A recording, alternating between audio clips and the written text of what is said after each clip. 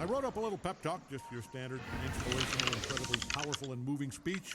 Greg was sobbing like a baby when he heard it. It's longer than 30 seconds, though, so I'll skip it. Okay, we're back. It'll be another 5 minutes until you guys get to see this. But now we're on 5-minute delay. I will at least be able to see everything for you. And I wanted to double check this. Yeah, so Joe, I'm just going to continue with the facets just for anyone who hasn't done them. We'll go over them once so that you know. Joe gets 20% more bonus damage when attacking from high ground. Warlock gets a book, which is this black grimoire.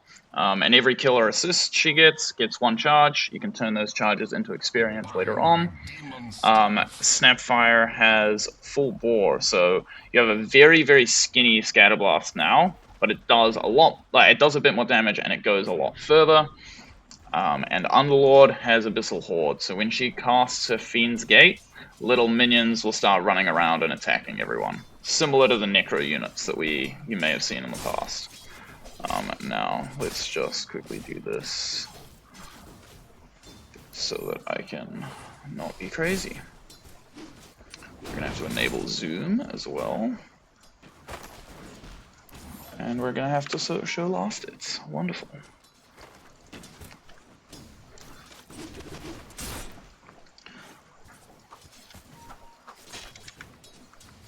No, we need lower camera speed. It's still way too fast.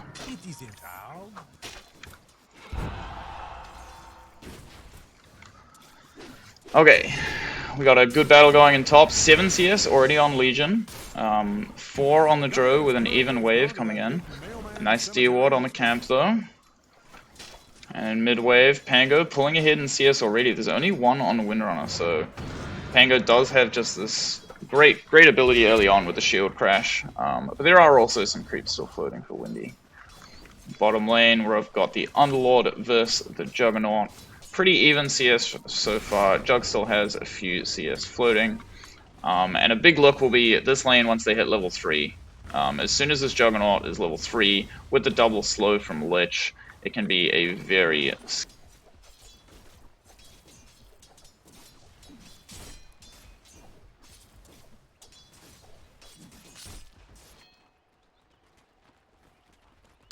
We're not back. Oh, we are back. My headset decided to turn off. Amazing technology.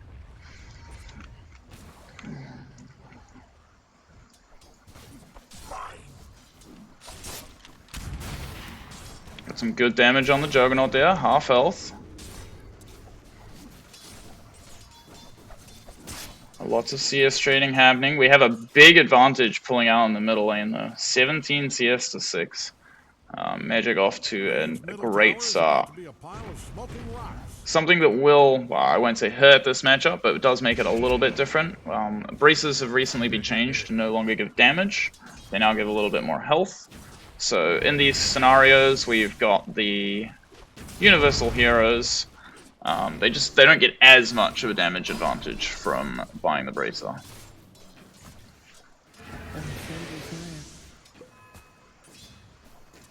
But a little bit of a CS advantage so far, going the way of Sweetbix. And we do have the level 3 now on Jug, so this is a big timing for Pikachu Club. If they're able to somehow pull this lane back, they could easily try to threaten some kills. But Underlord is quite a tanky hero. You see, already 1,000 health, quite a lot for a hero at level 2. Very high strength gain, and the bracer and the gauntlets just helping out a lot.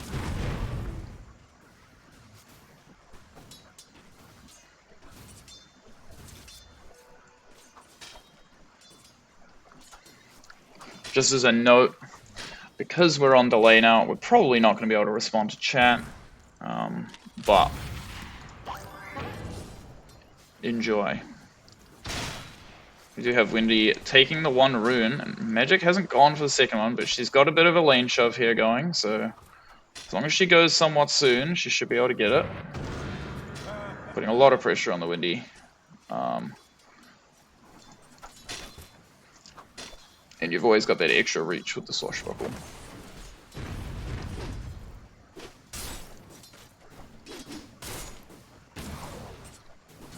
Even lane so far, CS-wise, in top. We do see the Legion's running low on mana, however, so could give a little bit of an advantage to the Drow for a little bit. This Legion will get very scary once she has 2 points in that overwhelming odds, though. As much as you got the Warlock heal, it can just be eaten through a bit by that overwhelming odds damage.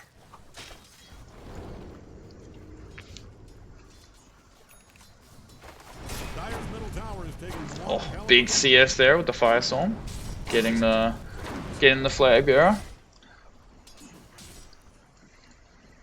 Magic up to 35 CS by 5 minutes. I believe that means she's missed a total of 5 CS, which is also a similar case for Legion. Like 31 at 5 minutes is also just a lot of creeps.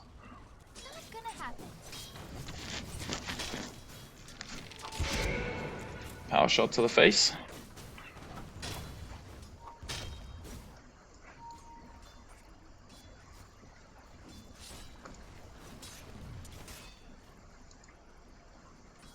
We have Jug coming close to those phase boots, but there hasn't been any aggression down here, and with the HP on Underlord sneaking up and up, it's going to get to the point where it's a bit harder for Pikachu Club to actually go for any pressure. A great part about this, though, is you've always got that Snapfire cookie kind of just sitting there. So they have to be very careful not to overextend if they were going to go for some sort of threat. First power rune of the game, picked up here by Wendy in mid. A haste rune, so we might see a movement from her. We do see magic coming down to the bottom lane. You've got the big refill from the double bounty rune here, so she's right next to the lane. She could connect. Or head back to mid, keep building up a farm advantage, keep building on the CS. One objective coming up very soon. We have the 7-minute wisdom runes. Spiri going for this bottom one, making sure she's there in plenty of time, and Helium going for the top one, so there should just be a split of shared wisdom runes. And we have a crazy close game. 7 minutes, not a single kill, 1k or less than 1k net worth advantage here. We have the haste rune popped, the roll popped, so a bit of nullified aggression from both sides here. The focus fire used, the roll used, and nothing changes. Level 4 Drow, level 5 Legion. We do have phase coming in on Legion. It's possible we could see some aggression up in this top lane. Oh, in mid. No, nothing's happening. Just a jump onto the high ground. 3 points in the overwhelming odds and phase boots is quite a lot of damage on Legion, but Joe is sitting nice, a nice distance away, so it's hard to get on top of her.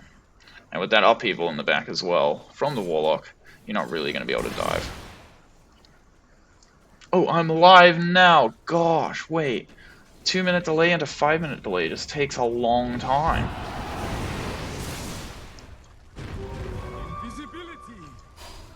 Lots of damage coming out on Warlock, but 2 points in Shadow Wit. You know, you're just going to be healed up.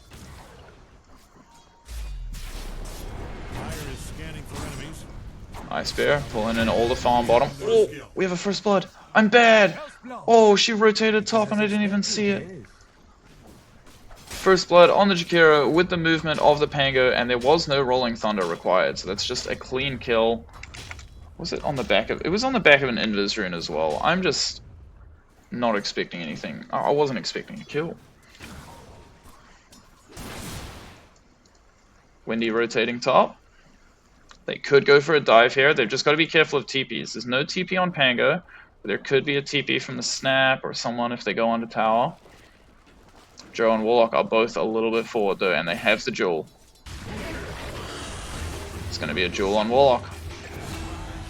And it's 1-1. 10 damage onto Nincinerator.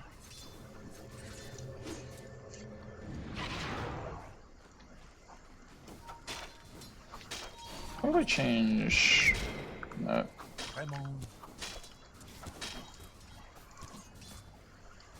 Can't remember how to change vision. Focus for both teams. 8. Radiant.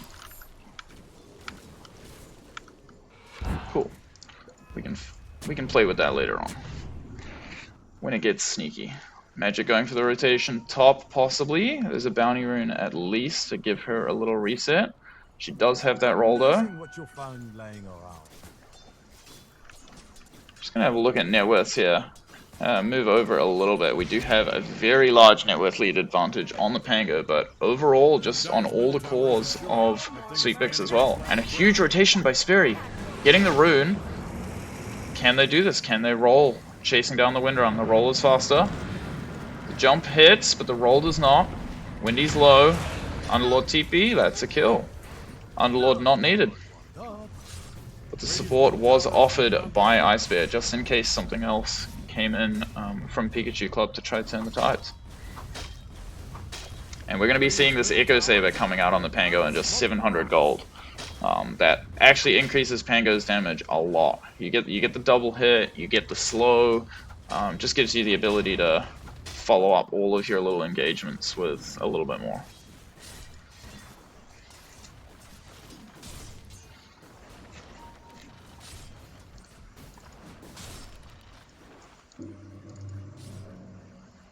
We have the Warlock rotation bottom, we have the Golem here, we have the Mortimer's Kisses available on the Snapfire, so it's a very scary one for Pikachu Club to defend. But at the same time, we've got the pressure on top, the Catapult is here from 10 minutes, the Jakiro Liquid Fire, and they're looking for Looney in the jungle. A rotation from Bubbles on the Juggernaut, and we're probably going to be seeing this tower die. Catapult might not get defended though, and if the Catapult goes down, it is going to slow down the push a little bit, but we still have 5 heroes from Pikachu Club here, ready to take out that tower, and it's clean. The punishment is in mid lane, Magic going for the mid tower. Stun from Helium, slow, but the mid tower, it's low. 2 more hits from the Pango. Deny attempt from Helium unfortunately doesn't quite get it, but Magic will go for the rune and will get lucky with a bottom spawn away from the full health Windrunner. And then bottom tower is gone. We just have even trades across the board. Both teams almost mirroring each other, but a nice net worth lead is building for Sweetbix. 4k gold. With just a 1 kill advantage, a 4k gold lead is very, very nice. We do have a Blade Mail up on Legion and the Jewel. If they could maybe get a smoke off or a way to get on top of the Dro somehow, we could be seeing some more Jewel wins coming out.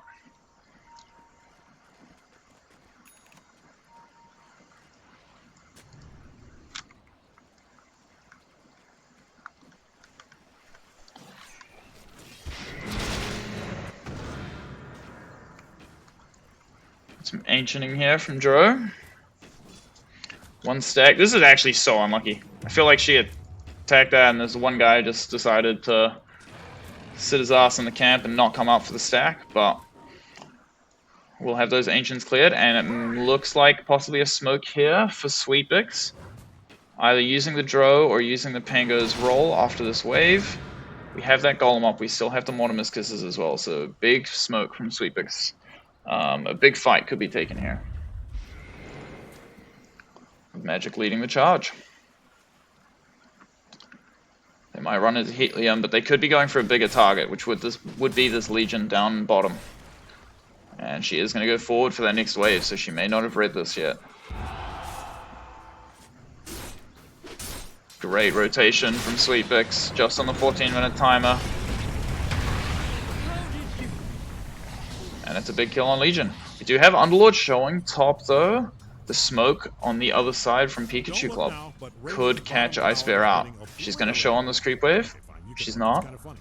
She'll show on the creep wave. Will she be able to get out of here? She has that mech. There are just 4 heroes from the side of Pikachu Club there. And Ice Bear will go down as well. 1 Wisdom Rune being picked up from Snapfire. Another one on the other side of the map that will go at some stage soon.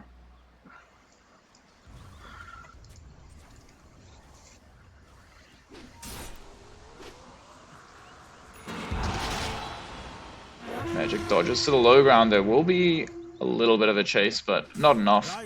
I think they would have struggled to actually have the damage to kill the Pango there if they got the duel off, so probably a good hold.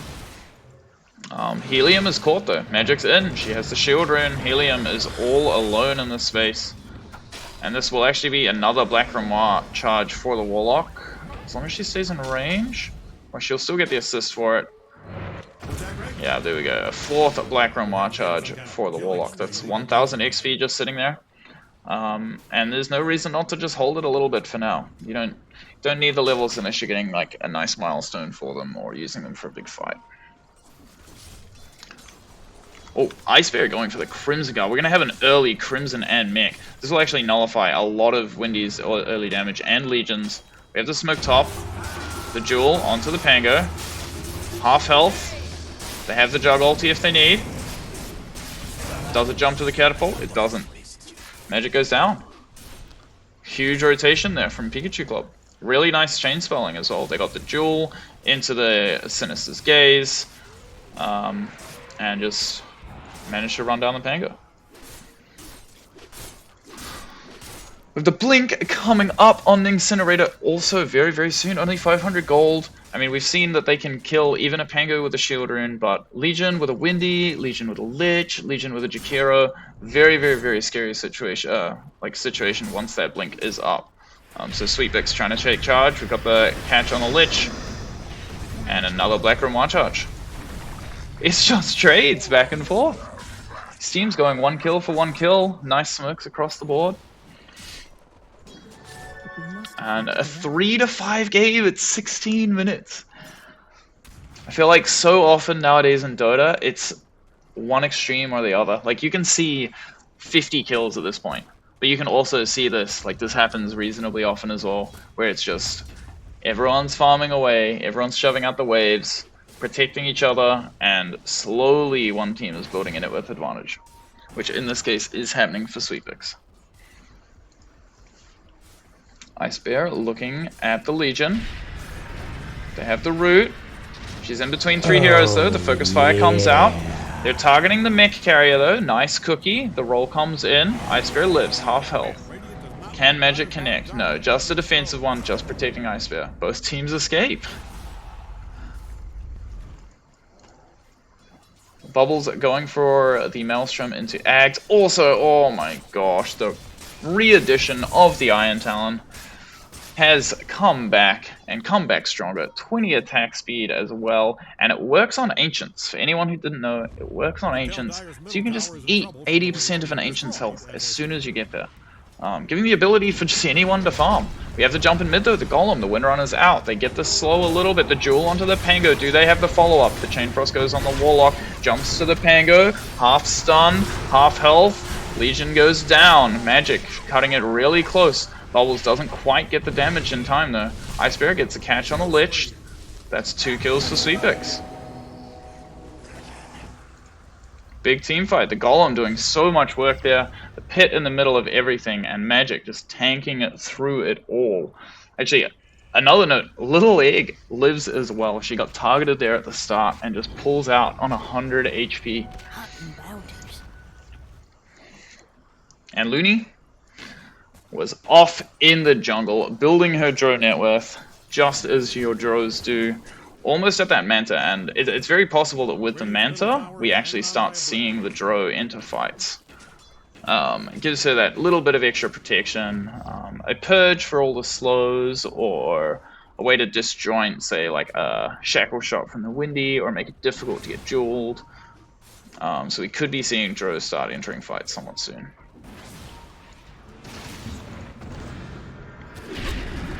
Shackle to the tree.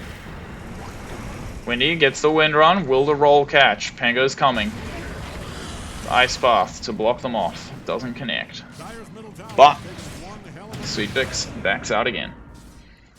They now have no roll though, and Windy's looking. She gets the jewel, goes to the shackle, doesn't quite connect. The jewel onto the Snapfire. Snapfire will go down. That's a jewel win for the Legion. Ice Path just off the mark. Ice Bear will run around it. The mech was not enough in this case to keep Snap alive, but Windy's in. She has the regen, but she's in. The silence from the Drow. Looney does a lot of damage. She's going to go down. Huge rotation there from the Dro. Nice chase by Sweetbix. A little bit greedy maybe by Windy, but she had that regen. She felt strong. She felt like she could run in.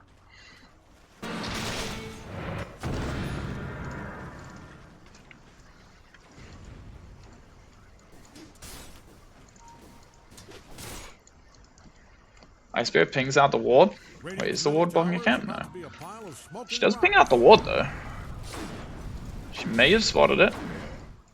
Maybe just has a feeling that there's vision of her. Could have stepped towards the Legion and seen the Legion move away. A little egg looking for the D ward, feeling a little bit scared. Or maybe wanting to give it to the Snapfire. Yeah. Cool. They must have seen them place this ward and giving the money to the pos 4. It's nice sacrificial play by Little Egg. And also we see the Solar Crest out. Like, items are flowing for Sweetbix.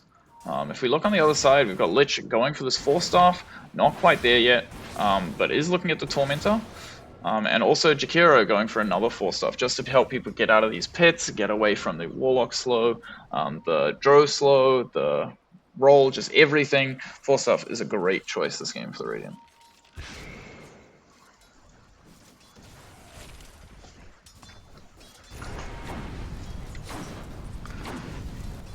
We have both teams rotating top. Sperry pops her smoke though. Legion is looking. Incinerator wants the jewel kill. Serial kill is showing. Stuck between two heroes, but there's the Blink Jewel with the Blade Mail. The Solar Crest comes out. They are blowing everything on Sperry. She will go down, but there's no jewel win. Big roll on the back. Windy's half health. Windy's stuck. No wind run. Will they be able to take her out? They will. Serial Killer drops on the back to the Dro. We will see the Legion escape, but Helium has been caught, has been slowed, and it's 3 kills to Sweetbix. They're all together. They have a single creep, no, 2 of them even, and they might be able to kill this tower. Well, they will be able to kill this tower.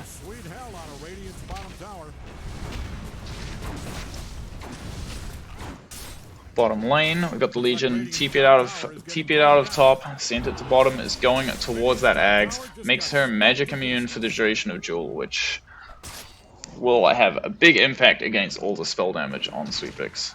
And we do almost have the Ags on Jug, so this is probably the timing that Bubbles is looking for to start joining these fights a bit more actively. Just gives her that option to kill supports a little bit more and help with Jewel without having to just commit an Omni Slash. Oh, Crimson Guard finished on Ice Bear as well. This is a very early Crimson Guard, which is it's going to hurt a lot of the damage of Pikachu Club. You've got a lot of heroes with somewhat low damage numbers right now. Like Windy, very fast attack speed, it's a reasonably low damage. Similar for Jug, especially going for this Ags. You're playing for those attacks with the Omni Slash. You're not playing for, say, like a Gleipnir or something a bit more magic heavy. So a lot of protection coming out from this Underlord.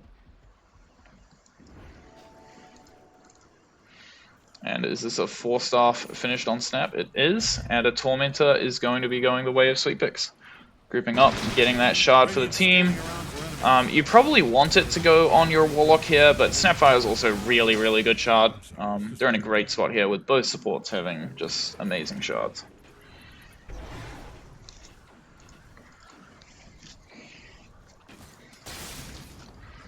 Windy touching the mid tower. We do see the focus fire come out, so this tower will go down quickly unless there is some movement from Sweetbix, but the TP will come in slightly too late and she will just get out there. Sneaking a mid tier 1 tower right after the Tormentor so that Sweetbix didn't feel they had the ability to get there in time.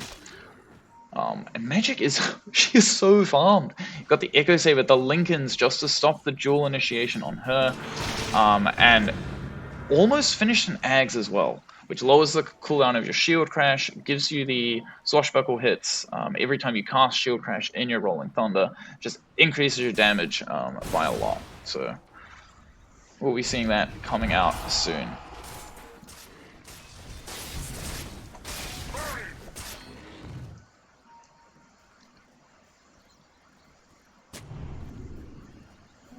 Okay. Nice deep ward. We've got the scan on bottom, finding Helium. And finding Serial Killer. So Sweetbix really looking for something here. Do they have the vision? Can they find a hero?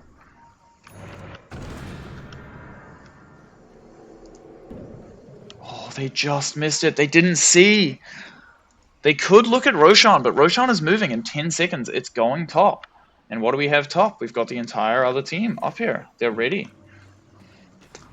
So big rotation there by Sweetbix. 2 scans used, but a great read by Pikachu Club. Getting out just at the literal last moment. Ice Bear coming up to the top tower to defend it though. This is the greatest part about Underlord. You can always be in the fights. You've got Fiend's Gate. You can play these auras. It'd be really, really hard to kill. And you just TP to defend all your buildings.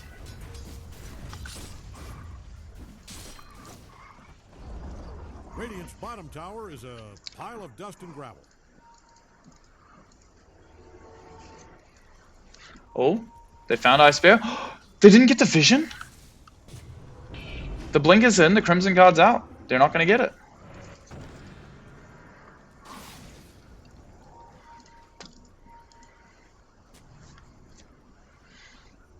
Ice Bear walking up the cliff, looking for something. It's all seen by the Radiant though. And a perfectly placed Observer just out of the sentry range. Look at this. It's so close, and they smoked right on top of it, so it was all seen. Legion dodges again, the smoke breaks, and they're like, no, someone went through the Twin Gate. But this does set Sweetbix up for a Roshan if they want to go for it. They're all up here, they have a Crimson, they have a Greaves, they have so much damage. Plenty of sustain, plenty of damage. They could definitely pull out this Rosh, and they know that Pikachu Club has disappeared to the other side of the map. So we will be seeing probably an Aegis coming onto this Joe Ranger. Looney about to pick up that Butterfly as well. So this actually amplifies your damage by an insane amount on Dro. You have like the 20% base attack speed percentage just does so much. Like you have such high agility, so your base attack speed is already super high. So as soon as this is finished, you just get a massive DPS increase. Items on Pikachu Club, we have 200 off this Ags, where 800 off the Windy BKB. This will be a big difference. It means Windy can run in, essentially choose a target and try to kill them. Jug is very close to that Mjolnir as well, which, once again, big attack speed increase, which works with the Swift Slash and the Omni Slash even more. So lots of damage coming out from that. We'll probably see Pikachu Club trying to wait for them without losing too much of the map. Dire is kicking sweet hell out of Radiant's bottom tower. Radiant's top tower has hit the big biscuit. Dire's historical And a stolen Tormentor. Sweetbix just going from objective to objective. Roshan, tier 2, Tormentor. That's the shard on the Warlock as well. And high ground's being touched. I mean, this is a difficult one. How does Pikachu Club deal with this? If they initiate on the Dro, she's got the Aegis. She's actually quite tanky. A Cookie behind her, a Greaves and a Crimson. But Sweetbix, they're happy. They brought the entire team of Pikachu back to the base. They got a little bit of chip damage, and they're going to reset their waves. Probably get their Wisdom Rune. And I mean, they just stole a Tormentor, a Wisdom Rune. They got the one objective, and they're stopping Pikachu Club farming. But they are going for the smoke. If Ice Bear shows, she might go down here. This is a Jewel. There's a Golem, possibly. Lilia gets it. Big Mortimer's Kisses, and they are going on the Underlord. She will just go down, though. The winner is there also. Bubbles taking a lot of damage to the Dro. Doesn't get out of the spin. Can't get the Omni Slash off. Windy is about to run out of Wind Run. The BKB is about to end. Looney has found Serial Killer, though. Doesn't see Helium. They know where she is, though, after the Ice Path. They're hunting. In the trees, the juice from Jakira, making it difficult, but not going to get out of there. And now we have a lot more pressure from Sweetbix. Huge play here by the Windy, though, cutting the creep wave. There's no creeps coming down the mid wave, and this is very difficult to deal with. So great spotting there. Great creep cut, and the pressure, even though Sweetbix wins that fight, they gain a net worth advantage from it, they gain a bit of map control, but they don't manage to take any objectives. So it's not the worst here for Pikachu Club. We do have that dual damage starting to stack up on the Legion as well. It's still not at a huge number, but 40 can quickly scale into the hundreds if you keep getting a few dual kills. And will she look for the Wisdom? You don't expect it to still be there at 30 minutes, so she just TPs back. They have a Shackle on the Drow. They're just trying to stall out as much as they can. They still have a Fortify available if they need it. Helium looking to front a little bit. Radiant's middle tower is about to be a pile of smoking rocks. And these towers just melt. Supix using this Aegis to gain as much advantage as they can. This has just been so much of the map taken over by this Drow. We do also see the Glacier coming out also now, so she can actually stand a lot further back to hit the tower, ignoring the... Yeah, look at the tower melt on that Glacier, but they go for the Shackle on the Illusion. It doesn't quite connect. Wendy taking a lot of damage. Honestly, a little unlucky there for the Drow. She can just hit through the evasion with marksmanship, so didn't get any procs, which is a little unlucky, but wouldn't have killed the Windrunner anyway. We have Jug coming back, ready with that Ags. Just 42 seconds, so 42 seconds left for Sweetpix to just do this for free. All the poking from Pikachu Club, trying to push them back, trying to make it scary for them, but all of these auras on the Drow, you've got the Solar Crest, you've got the buffs, they will get that tier 3 tower, they will escape. I mean, they're following their plan, Sweetpix. They get one objective, they get, like, they get a little bit, they gain a little momentum, and they're backing up and playing it safe, and it's just slowly winning them the game. So great discipline here from Sweetpix, making sure not to overextend. It's just the easiest way to throw a game. You force high ground a little bit too heavy, a little bit too early. So we love to see the discipline, just forcing Pikachu Club to make something happen if they want the game to change. Lincoln's is broken, the jewel comes out, the roll doesn't get going. There's the Omni Slash, magic goes down. Big Mortimer's Kisses, but will it be enough? Everyone's run away. Wendy's in with the BKB, she has the wind run. Pikachu Club.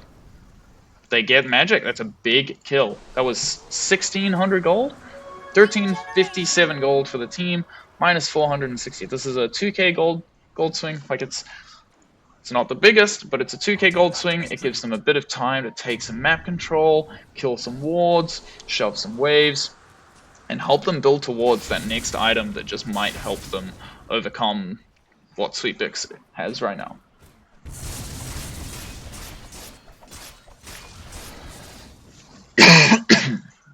Pardon me. Wendy farming in the top lane. We do see the Glype now almost coming out, so that's a nice route for the Wendy, which will just help run down kills, make sure she can cancel TPs if anyone tries to TP out on her. Underlord also actually going for the Rod of Atos, so that gives you the ability to cast your Pit of Malice on someone, Atos them, which will make the Pit actually catch them again. So a lot of catch coming out for the Underlord soon, who is going on the Wendy, but will not be able to secure that. Great TP in the trees, with all of Sweetpix coming, just in time, gets out. I like how this one feels. We have an AC almost up on the Legion. That's a big one as well, actually. This item is huge because the Drow ulti, it breaks through all armor, so all your base armor. So anything that's just like the not plus number, and AC gives plus armor to your entire team as well as yourself. So this is going to help everyone survive the Drow hits a lot more, especially someone like Jug who actually has like 20 base armor, just gets ignored by every marksmanship shot.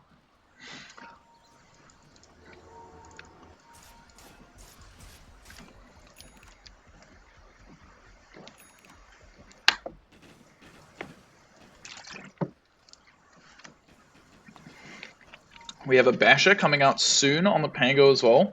This will help a lot with the Windy, especially. The Swashbuckle hits can all hit through the Windrun, so if you get a Bash while she's in Windrun, while she's trying to play very, very aggressive with that BKB, it could be honestly, it could kill the Windy in a situation she doesn't expect it. So that is something to look out for in the future. Serial Killer trying to get this mid wave shoved as best as a Lich can, and get close to that Glimmer Cape. Actually, she can afford it now, so Glimmer Cape can save quite a bit, especially when you've got someone like Pango going quite deep in the fights, and already at a spot where she just can't carry detection herself. So this Warlock or this Snap, who naturally sit very far back, are going to need to do that. Oh my gosh, we have a Daedalus and a Nemesis Curse picked up. And you've got the 20 talent, the multi-shot damage. I'm pretty sure Joe can two-shot the Lich and the Jakiro right now. Something they're going to have to be a little bit aware of. They have to be very, very, very careful with their positioning. We do have this AC very, very close there. It's 5100. So she's only 300 gold off that AC. And I believe we have the Gleipnir finished on Windy. It's just dead on her Courier. So 2 minutes without the Gleipnir actually could be a difference maker. And Butterfly almost on Jug. Now this is a massive damage increase for Jug. Obviously similar situation to Drow. Very, very high agility, so very high base attack speed. And attack speed scales very well with Omni Slash. But one thing to note here is the evasion does just get pierced by the marksmanship from Drow. So Bubbles still will have to play pretty careful. Looking at the Underlord though, they have the Shackle. Doesn't quite connect, but they have a Jewel coming out. Runs into the pit, doesn't quite get the Jewel straight away. The Blink Jewel will come though, and that's another 30 Jewel damage for the Legion. While that's happening, Roshan for Sweetbix. Look at how fast this dies. The Nemesis Curse, the crits, 900, 1000 crit. Looney just pumping Roshan, so much damage. And now that they have this, are they just going to walk down a lane? They have the Warlock to heal up the Drow. And when the Underlord spawns, you've always got that Fiend's Gate to come in. So the fact that Underlord is dead right now isn't the scariest thing.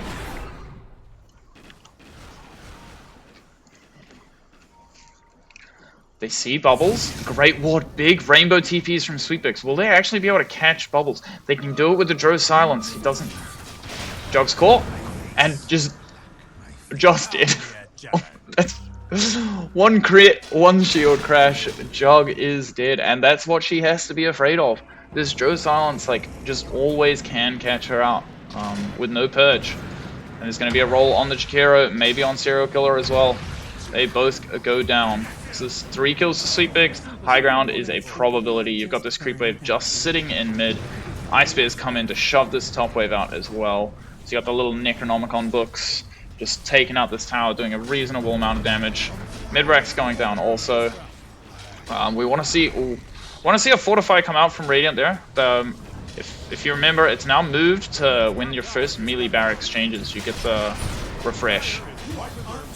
Can make a big difference in the base defense, but Sweetbix just taking control. Windy's BKB is on cooldown.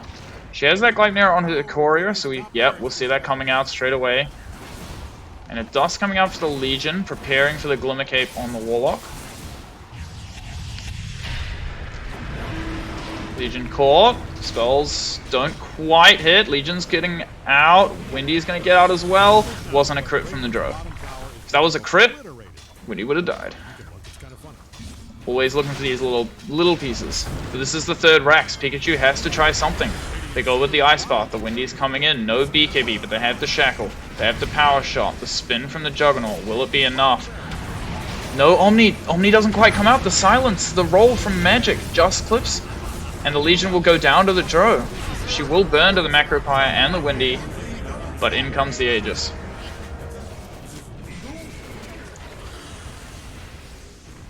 I feel like my game sounds might be slightly too loud.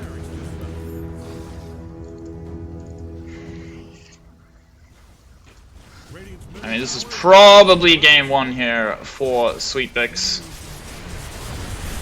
Oh, big Omni! Everyone grouped up. The heal from Ice Bear comes out there. The Crimson's in 2. Looney Man's up. She's got the Glacier. There's big Shackle from the Windy, managing to get them both out. And here's where that Chain Frost hovers onto the Pango. They have to be careful, don't stand too close. And there's the GG. Sweetbix take game 1. Oh, yeah.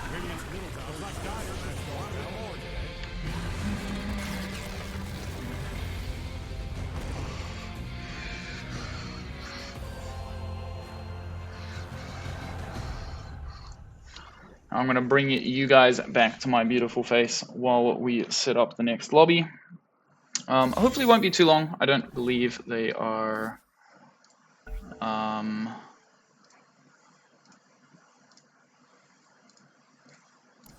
don't believe they're going to be taking a big break.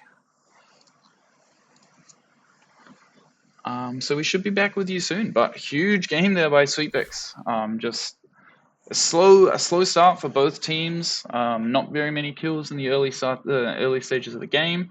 But as we saw it pick up, we had some great smoke movements from both. We had some great objectives taken. And Sweetbix just slowly pulled ahead, ever so slightly every fight.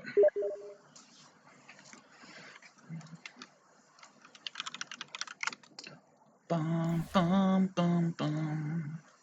Okay, I'll just... Oh, whoops.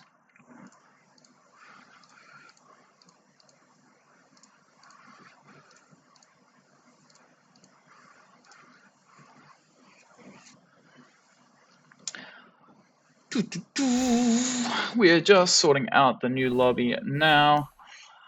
What else did we have to go over in that game? I mean, Magic kicked off to a really good start in that lobby, just taking out a bit of a creep advantage in mid. We can have a little look at the post game stats. If we start like early on, it looks like just a somewhat steady gain for Sweetbix pulling ahead. But it did take a while for it to actually click in. Like, this is 20 minutes when you actually start to see a little bit of an advantage show up. So you have the net worth at 10, slight advantage for all of the Sweetbix cores.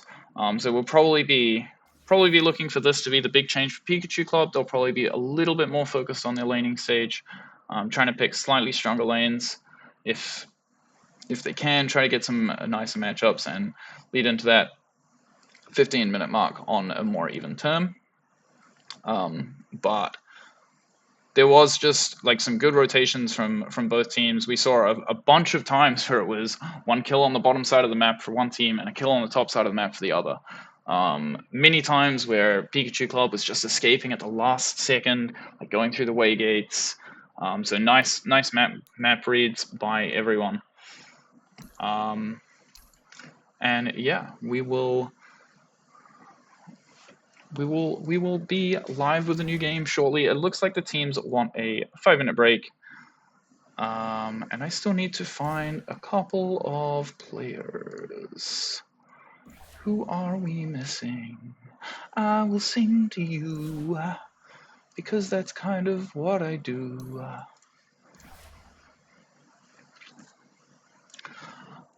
Bum, bum, bum, bum, bum. Bum, bum, bum, bum. Bum, bum, bum, bum, bum.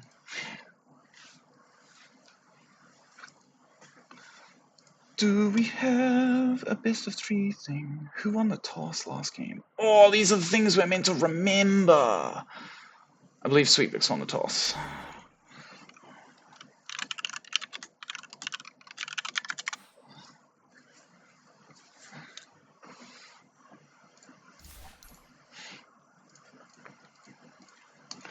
Just thinking, what do I want to see changed for the next game? We started off that game with the early Lich Jug lane for Pikachu Club. Sweetbix started off with the Underlord. I think one thing that maybe hurt Pikachu Club is the fact that they didn't really get auras. A lot of this current meta is that aura game. It is that early mech, the early pipe. In this case, the Underlord went for the mech and the Crimson. You had the Solar Crest on the Warlock. And when we think about what Pikachu Club had bought themselves, we weren't actually looking at any auras at all. They were all going for the slightly more greedy build. And a bit of that's just due to the heroes that they're playing.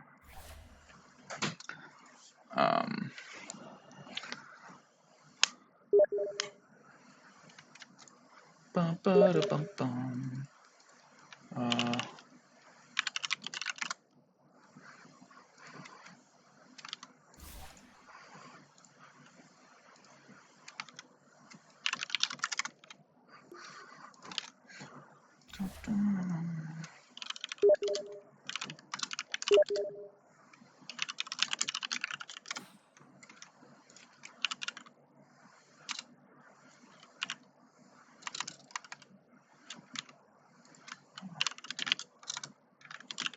We are sorting lobby.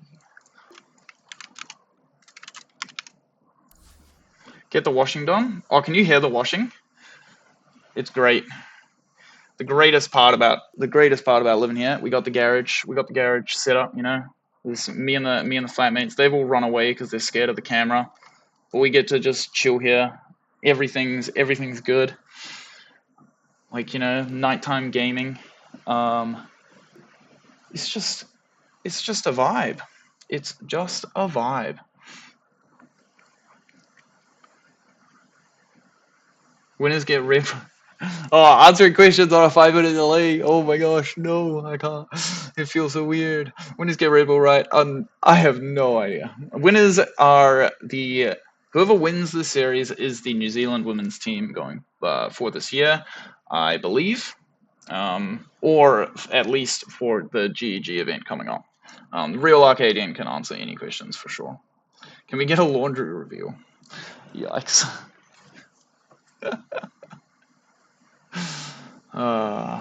Absolute yikes. Bum, bum, bum.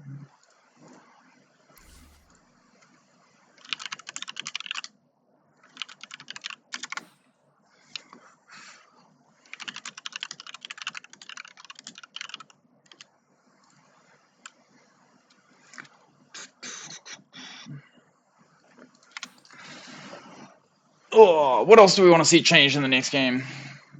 I want to try see Pikachu pick a mid matchup that just outright win. Try to get Sweetbix into a position where they just have just an outright winning mid matchup, if that's possible. And try put Sweetbix into a position where Magic doesn't have that early momentum, or at least such a strong early momentum. Is it? I think it's a 4-wheeler, guys. It's a Hoonie scooter. It's definitely not my one though.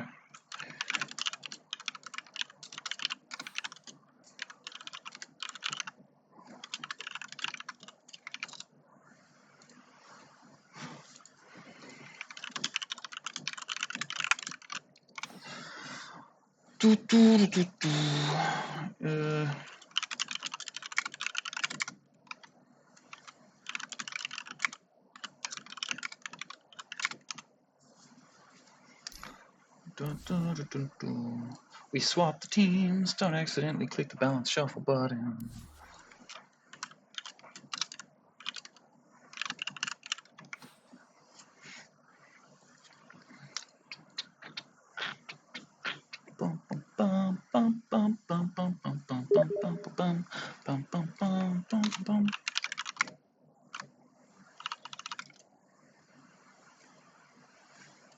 Oh my lord! We're still missing one caster. Seems like we've got another caster that's trying to join the lobby but doesn't know how to type a password in. Okay, we have ready teams. Game 2 will be starting so soon. Just need the teams to tell me they're ready. I kind of just sing, don't I? Man, I'm very self-aware when I'm on camera. So, just sitting here judging myself. And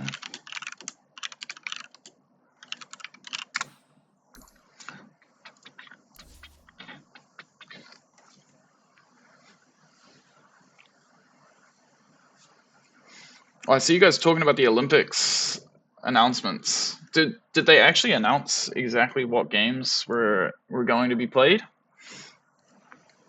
I don't feel like I looked into it enough, but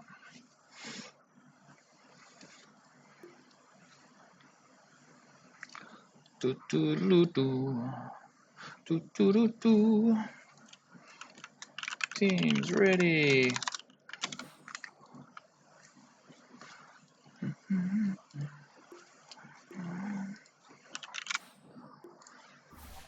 Let's go! We're in team. We have game 2 underway. And hopefully I have put the thing on the right side. We have Sweet Bix on Dire again. Pikachu Club this time is meant to have first pick. No. They chose Radiant. Okay, they chose Radiant. Sweet Bix against Dire. Sweet Bix gets first pick. All is correct. I don't have to restart the lobby. I didn't screw it up. We have the Oracle and the Underlord ban from Pikachu Club this time, so they're getting rid of that Underlord, getting rid of the Aura Buyer for Sweet Bix. Icebear did play a great game last game, leading a lot and just tanking absolutely everything. So a nice respect ban coming out. And we have the Death Prophet Venge bans again from Sweet Bix. Probably thinking about that Beastmaster ban again, but obviously they've held it here. And we do have the same draft order, so they could be trying to mix something up.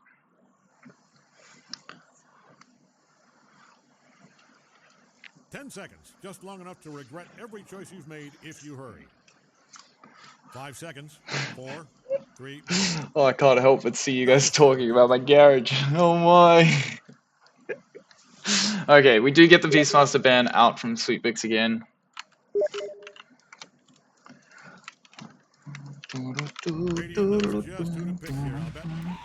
And the Snapfire first pick. So the Snapfire for Sperry probably again. Just going with this straight away. Going with those comfort picks, I imagine, is what's happening here. So they lost the Underlord. They want to give Sperry her Snapfire, though. So getting that straight away, keeping the draft open, and just kicking it off with a lot of damage. Also, we have a match 2 of 3. We like that.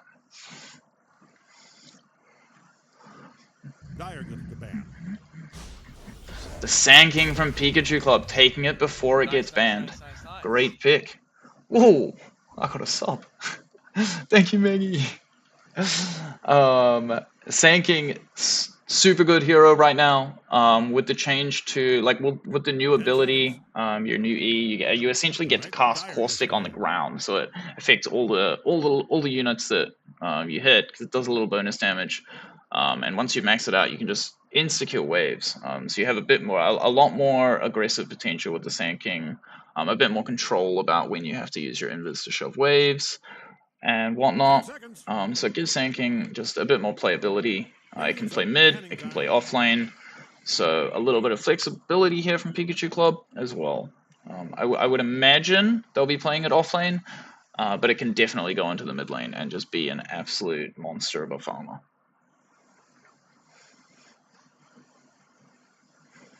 Ten seconds.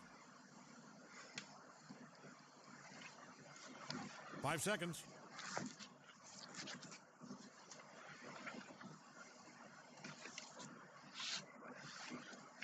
Lena banned again, and the Tidehunter ban. So they're targeting Ice Spear a little bit here, going for those like natural aura buyers, natural AoE team fighters, trying to force Ice Spear onto maybe a slightly uncomfortable offlane hero. She definitely has a reasonable pool though, so could be seeing something else. I do imagine it will be an aura buyer though, something to go mech, something to go pipe, something to just help sustain the team in these big fights.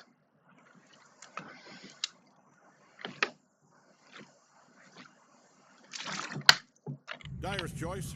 Gosh, looks like my mic picks up everything. Just trying to have some liquid so I don't die. But Hoodwink from Pikachu Club, really good laner with the Sand King. Such a strong hero. It did get a slight nerf in the last patch, but it's still very, very good. Even taking just having that ability for the Acorn to bounce off a tree just adds your damage so much on support trades. It's super hard to actually trade with a Hoodwink nowadays. And you've always got that stun. You've got the crazy burst from everything else, from your whole combo. Oh, and I just remembered, I can do this. You guys can predict. I was meant to do this for the last game, but you know, we sorted it out. Need the suit and I did consider it. And then I was like, you know what, she'll be right. We've got a Dawnbreaker here from Sweet Bix. Cool. Oh, I just realized that prediction, you guys can't even see the game yet. That prediction will have come up live. Needed to work out what's going on there. Oh well, I'll do that better next time. Maybe it's 5 minutes. But Dawnbreaker for Sweetbix, that'll be the offlane. Definitely Ice Bear plays that hero. So yeah. Radiant's turn to pick. Drow Ranger.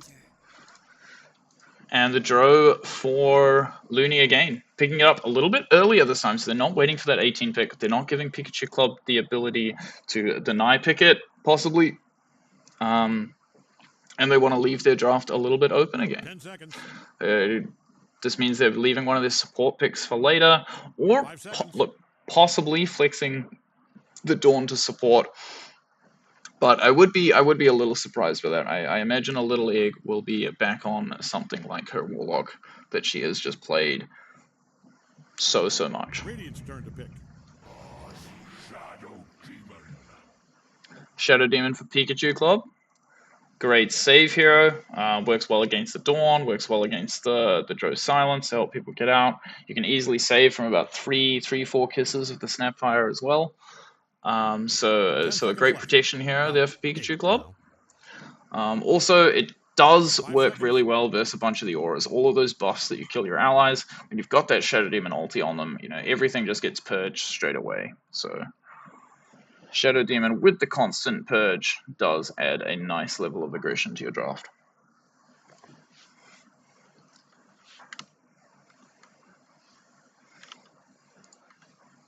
All right, Dyer's turn. Race King.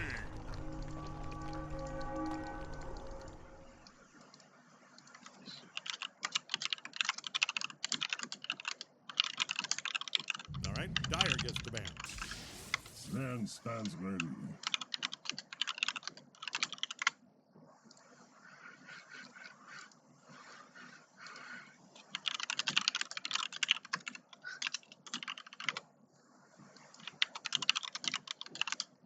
Ten seconds left.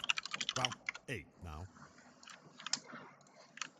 We're starting in 5 seconds, with or without. We are back. We have a Wraith King pick and we have a Sven pick. So the Sven probably pos 5 here.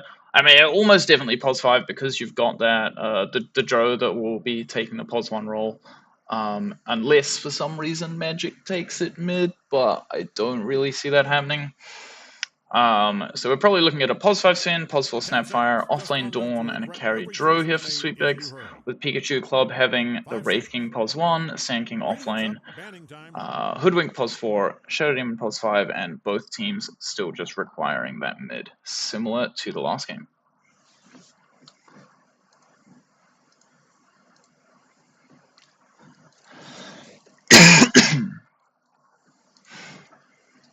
The Quap ban is there. Looks like they're thinking about this, so they're not just insta-clicking the Ember ban.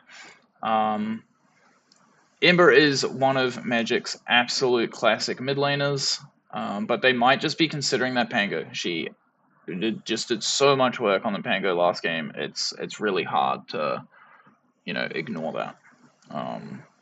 But this is probably quite an important ban here for Pikachu Club, trying to just decide which hero they would prefer not to verse. I do personally think I like the Ember ban. I think their stuns are a little bit hard to hit. Like you got the Sand King stun, but Ember can see you coming, so until you've got the blink, it's not really a threat. It's very easy to dodge the Hoodwink stun with Ember as well as and the Wraith King one. So you don't have an easy stun on the Ember if you let it through. 5 seconds. 4, And Sweetbix going for their own ban. Could maybe go for the Windy ban, just getting rid of something that they know Pikachu Club is happy playing. It was a little bit annoying last game, but Magic did deal with it quite well in the lane at least, and she does have, like, she's always got that option to just pick the Pango here again. She could also mix it up. You could easily see something a bit more jump heavy. Could be good here. Something like a Storm. You've got some nice easy kills on like the Shadow Demon, the Hoodwink. You got the support of the Dawnbreaker to come in on top of you. The Snapfire Kisses behind. So something like a Storm, an Earth Spirit, Void Spirit could also work really well here. Just get into the middle of everything and start all the fights for Sweetbix.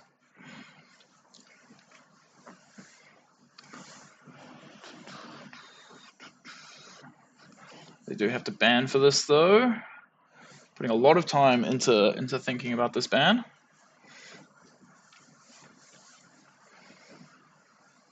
Which does make sense because the sweep picks, they get the ban here and then pick straight away. So this is generally the time where you're going to use almost all your reserve time if you need to. I go for the monkey ban. So I'm imagining the Pango again going for the melee hero or an alchemist mid. It's a little bit greedy, but you get through the laning stage. Alchemist has been seeing a lot of play recently. It's a very, very, very strong hero.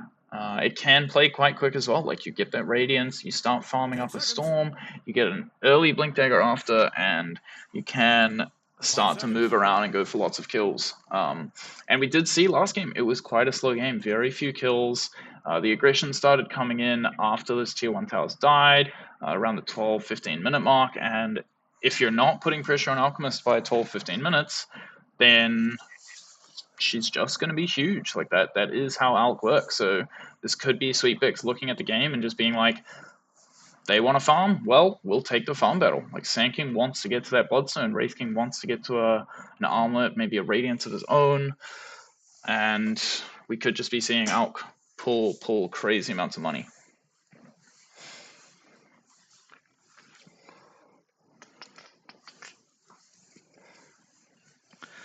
34 seconds left for Pikachu Club to pick their hero. I mean, this is where they could do something crazy, you know, go for like an Ursa, run the Ursa into the Alch mid, take some extreme matchup. But whatever they do, we want to see Pikachu Club pick something that can pressure the Alch, that can get the rotation from the Hoodwink, or even move to like the Sand King and start taking out buildings really, really early, try to limit the space Sweet Bix has. But we'll see the Windy again. I mean, Windy, you do have the damage to actually run down an Alch. You should have a better laning stage here versus the Alch than the Pango. Alch does not have the natural protection until level 6. So Windy with a couple of stat items with that universal, being the universal range hero, you should be able to just slowly eat through the Alch.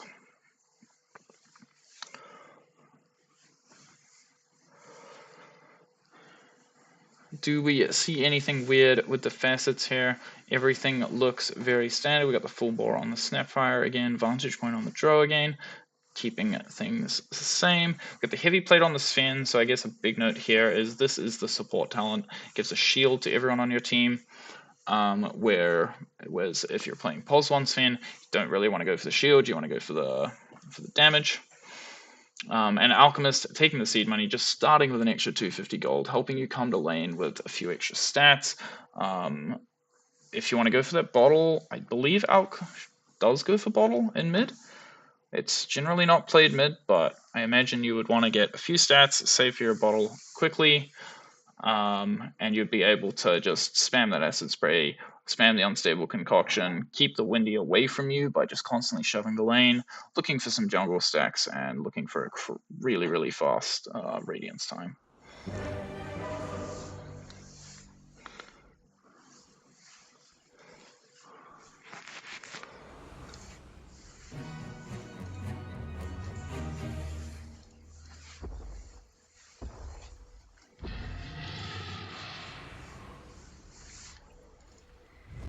And we see a smoke out from Radiance straight away. Running as 5. They have the lead. They have 2 stuns if they need to. The Wraith King stun already skilled the Acorn shot for the double slow with that Blightstone for a bit of extra damage. Disruption to catch if someone runs away. So we do see Radiant maybe going for a big fight here. And we have the Dire all together. Sweet Bix, actually, they're missing magic. She's trying to work out exactly what items she wants to go for. She will be choosing the Soul Ring route, so not the mid bottle, but a bit more survivable choice, and then going in for the Soul Ring. The aggression comes out. Sand King gets the stun off. They have the Wraith King's follow up. Ice Spirit will go down to this. First blood for the Windrunner as well. That's a full bracer coming out. Oh, not full bracer. Switching things up. She doesn't get the damage from the bracer. She's just going to save for the bottle. It's going to be a very fast bottle though. 2 bounty runes plus that. You're going to be looking at a bottle by the end of the first creep wave.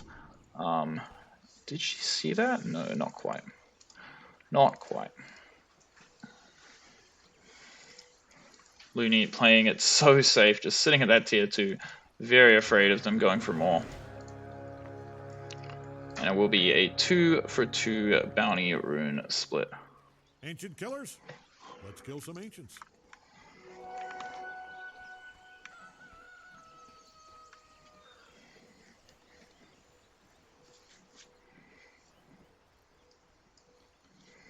That's right.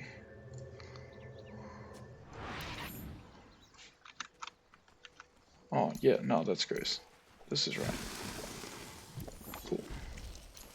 Oh, is it this setting? Smooth drag while spectating. Whoa, no, no, we don't want that. No, no, no, no, no, no, no, no, no, get that off. I feel like something slightly different to when I cast it in the past, but all is okay. I had proper camera settings back then. Now I've forgotten all of them.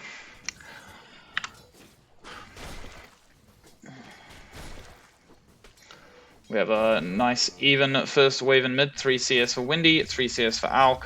And we have that first bracer out, the Soul Ring at 330 gold off, which will just be the full spam from the Alchemist. Lovely deny there, under the power shot as well. Getting it just at the perfect timing. A few pings in bottom. We might see some aggression here. This is a big wave that Sweetbix has.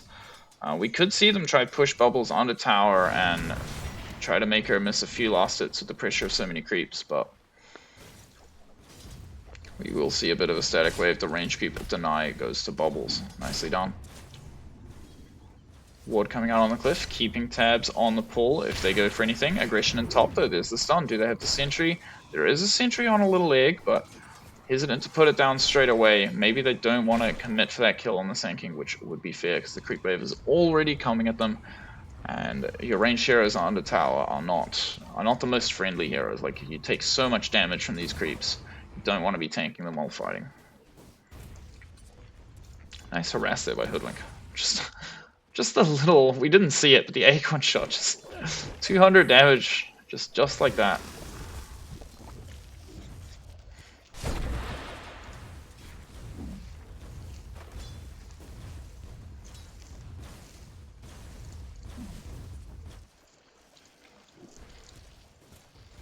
So you have the bottle finished on the Windy. Something Magic has to keep in mind is these 2 water runes, because she's chosen not to go for the bottle. She doesn't feel as obliged to go for the runes, but because you've got that early bottle on the Windy, you definitely have to make sure you're always denying one of them. So we should see her run off to this top rune after shoving the wave. Nicely done. Backpack of all the items, make sure you get all the stats. On the other end, Windy gets the full reset. We have a stun on Bubbles.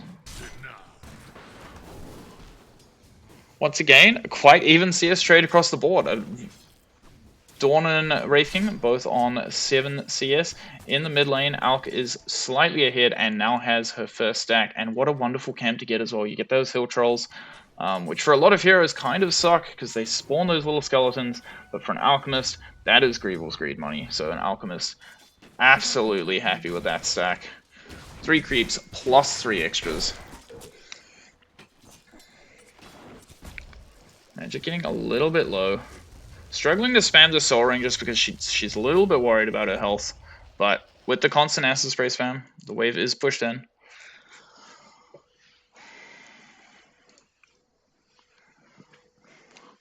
Big hotkey issue. Will be fixed.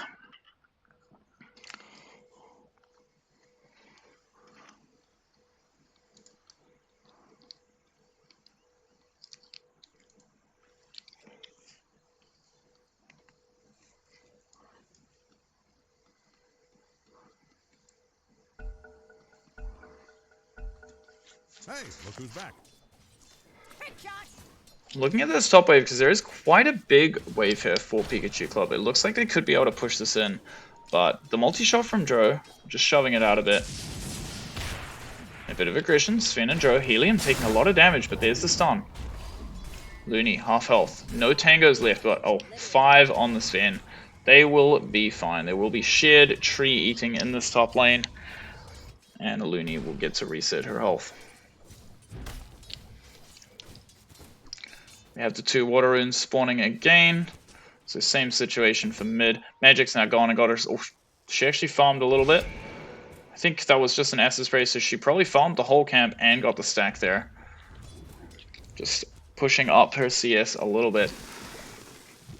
Keeping on track with the Windy there in the mid lane. Actually, just very, very, very good for the Alchemist. A lot of creeps on the tower here for Ice Bear, so some nice CS for her. Getting those range creeps. 18 CS now for the Dawn, pulling very far ahead of the Wraith King. So the Wraith King and the Shadow Demon struggling a bit in this lane, just against the spam from the Snapfire, the spam from the Dawn. Is just a bit too much damage to push them out.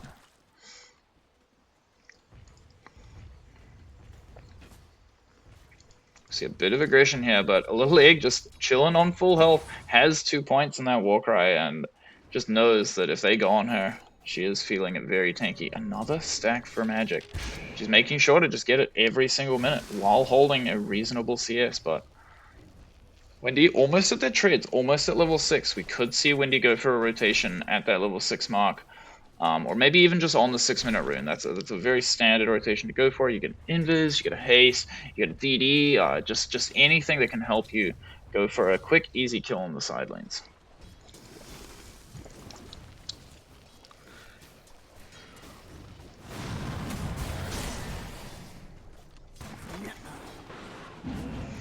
Big aggression, Shadow Demon getting low, there's the stun. They have the cookie, nice dodge, the big disruption. Wraith King standing in the way, Serial Killer. Drops to 200, but they don't have anything. Scatterblast will hit, will connect. Sperry with the kill. Wraith King's committing a little bit. Ice Bear does have the hammer if she wants it. No, they'll walk away. 6-minute rune comes up, 6-minute Lotus comes up. We see a battle on top, a little egg gets it. They both clicked at the same time. Sperry will get the bottom one. And Magic will scout out the Illusion Rune as well, so denying the gank potential for the Windy. Well, not denying it, but making it a little bit harder. Something we could see with these images is some cam stacking as well. We've seen Magic already onto the stacking herself so far. Get this wave out, send them to some cams. Hopefully you can get like 3 stacks even at once. Could be cool. And we have Wraith King hitting up the jungle a bit, so a little bit of a sad Wraith King. Just some great, amazing lane control here by Sweetpix, actually. Like, they know they're stronger right now, and they're just keeping the lane as far back as they can, stopping anything for going towards this Wraith King. 7-minute Wisdom Rune is spawning. Serial Killer is being run out. Helium is going to go for the Wisdom Rune, and Sweetpix hasn't actually gone to it yet. Sperry will go for the TP, though. She recognizes the Wisdom Rune. They didn't get their kill on the Shadow Demon, so she's just going to pick that up before it somehow gets snapped.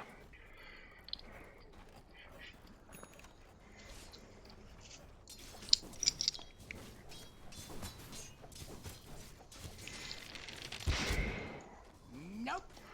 Level 4 Sanking on top, so you've got a little advantage here for the Joe on top. The CS is still in favor of Sanking. We've got the aggression, we've got the good bushwhack, but Joe just doesn't take too much damage through that Warcry. With the Acorn shots not actually just all bouncing on Dro, she doesn't go down, but there's a TP bottom. The Windy with the Focus Fire, Ice Bear taking lots of damage. Big stacks from the Shadow Demon will pop, even if they can't chase down, but that's 4 on the Snapfire as well. If they get the 5th, that's a lot of damage. This could be a kill. Is that level 2? Pop it early? Oh, it's not quite going to kill. She's had time to get that Tango, but look at this damage when these 5 pop. It's a lot of damage. 400 damage taken there from the snap.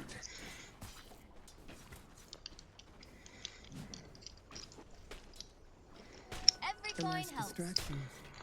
Let's have a quick switch to net worth now, because this is where we see like last hits. You got a small last hit advantage for the Alk, but it's now at a 1k net worth advantage. Even though this Windy's done so good in lane, it's just the power of Greevil's Greed. 10 sticks on the Sven come out. We have no mana left on the Sand King, so that's the last aggressive play for a little bit.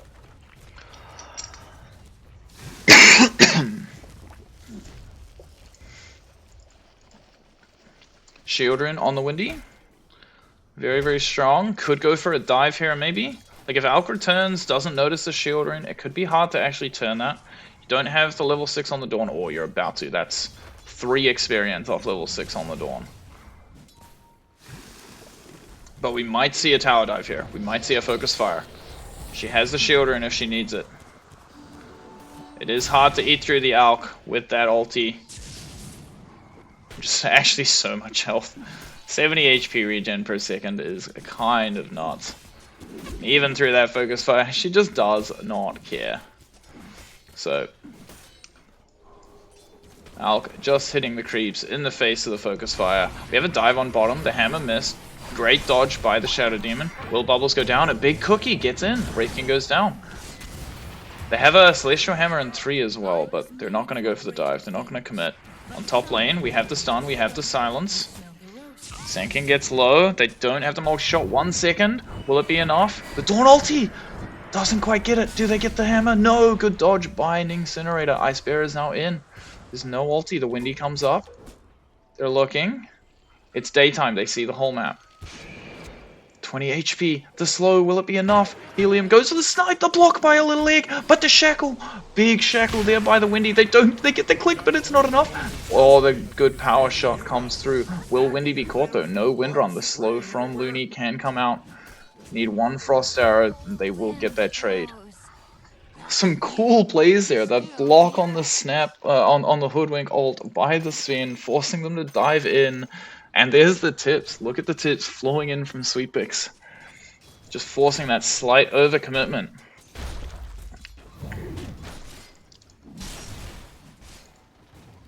Bubbles working towards that armlet. We have the Dawnbreaker back in the bottom lane. Radiant's middle tower is about to be a pile of smoking rocks. Do you have the Sand King feeling quite comfortable here with a sentry of her own in this lane? So always feeling safe in that sandstorm. But still not pulling ahead in farm. The Dro is still happy just sitting here hitting some creeps.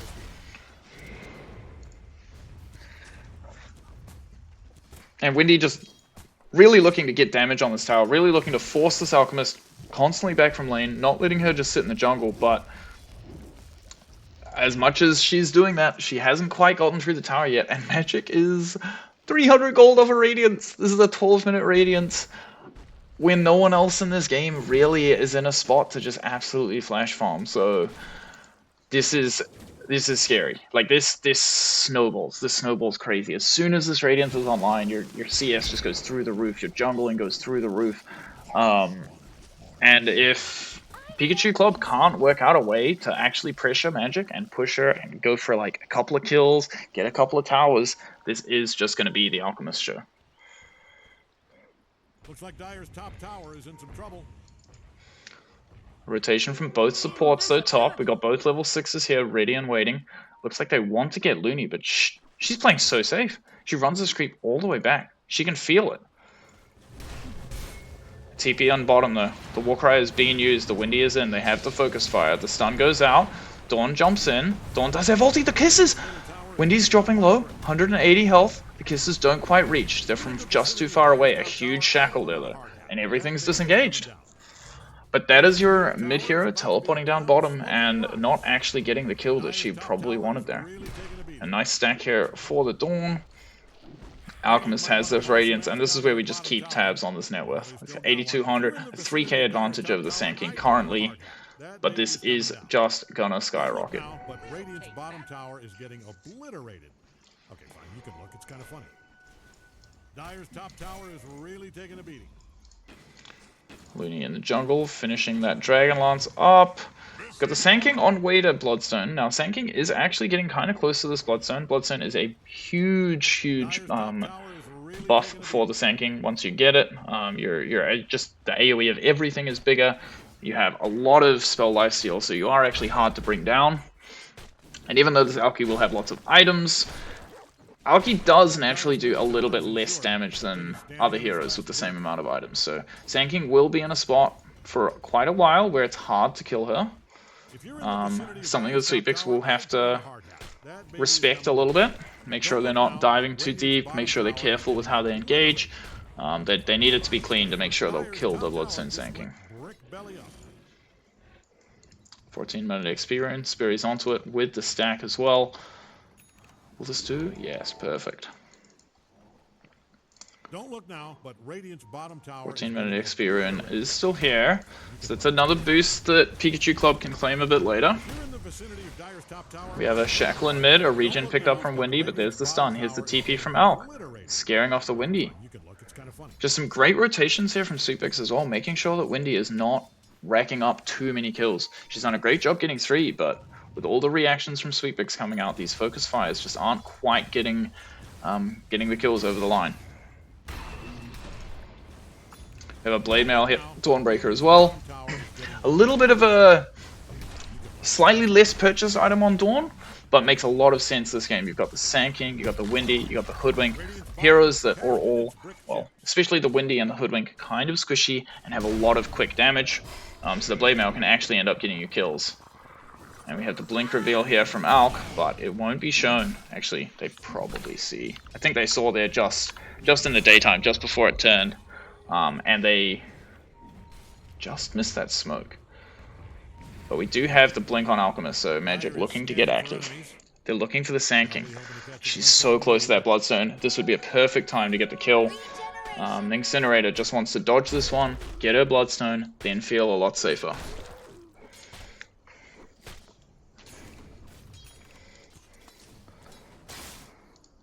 Looney just doing this constant rotation. I swear every time we look up here, she's sitting here, hitting these jungle camps, clearing out this wave, taking a nice farm rotation in this top corner. We have to jump in mid, a little egg. Does she get saved by the Dawn? She does. Windy goes down. Hoodwink ulti is blocked. An Incinerator is in. The stun on the Sphere will be enough to get the 1 kill, but she'll go down for that as well. The Blade Mail coming in strong from Ice Bear. Magic goes forward. They have disruption on killers. Serial Killer. They will get Radiance here on the illusions as well. But Sweetbix will turn around and kill the illusions as well. And maybe go towards mid tower. Like the Dro's here. The Dro's made it for this fight. Alchemist doesn't have ulti, so you maybe want to be careful, but you know, 3 heroes dead. What can they really do? You're going to take this tower, and Sweetbix is going to build himself a nice advantage here. 7k net worth lead with the Alk farming up a Storm, with your Dawnbreaker in a great spot, and here we go. Here's what we expect to see in this patch. The Crimson Guard coming up next for the Dawn, just adding in that extra annoying layer of aura.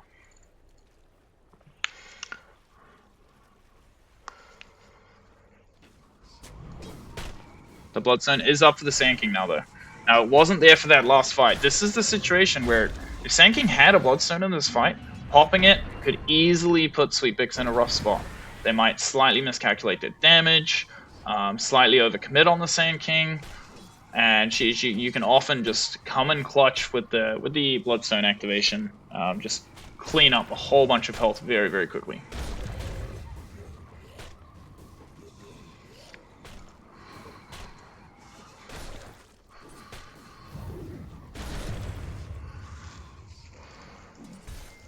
A little egg, picking up some farm in the bottom lane. Almost at that drum.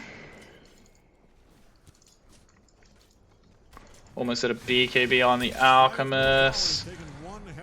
We have the start of the Crimson built for the Dawn. And we have a Focus Fire in mid. Fortify instantly popped. Windrunner respects it and runs away.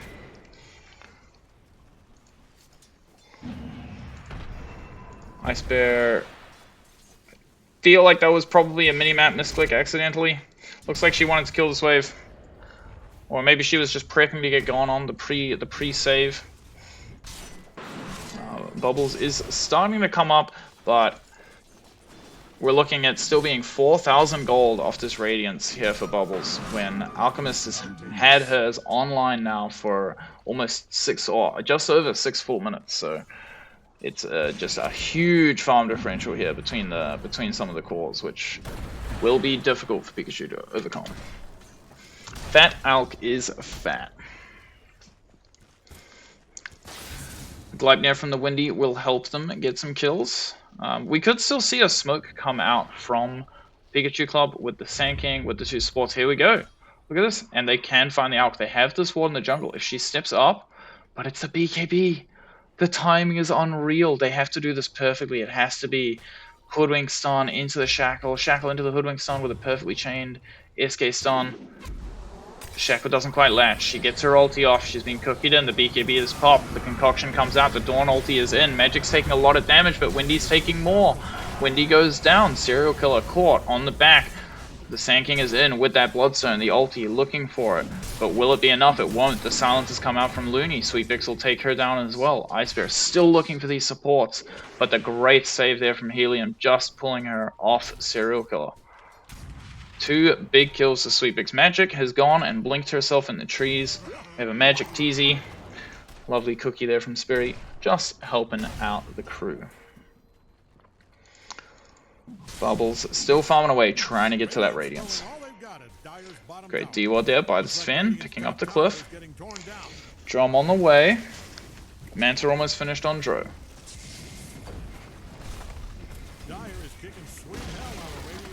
Pikachu Club is sitting here trying to work out what they have to do to just contain this situation. And they get the full Dawn Vision for Sweetbix. It is a free D-Ward here for Pikachu Club, and they have found a little egg. They have the Wraithing Sun, they have the Shackle, but the cookie gets her out a little bit. The break, will it be enough? The silence pushback from Looney, stopping Wraithking getting that next kill. Sweetbix escapes again.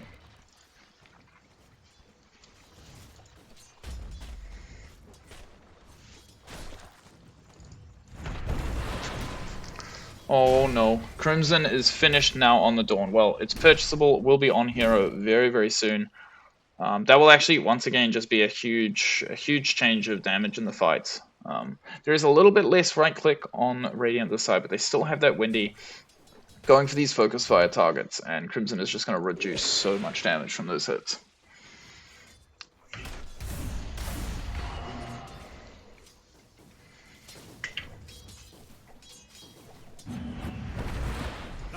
"21-minute rune, instantly taken, as well as the Tormentor there.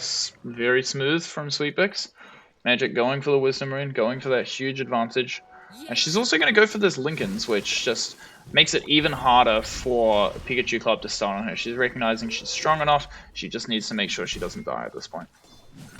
Little Egg, putting in some nice lane shoving. Got that 1 point in the Great Cleave with the Philostone, but you know, this is support Sven.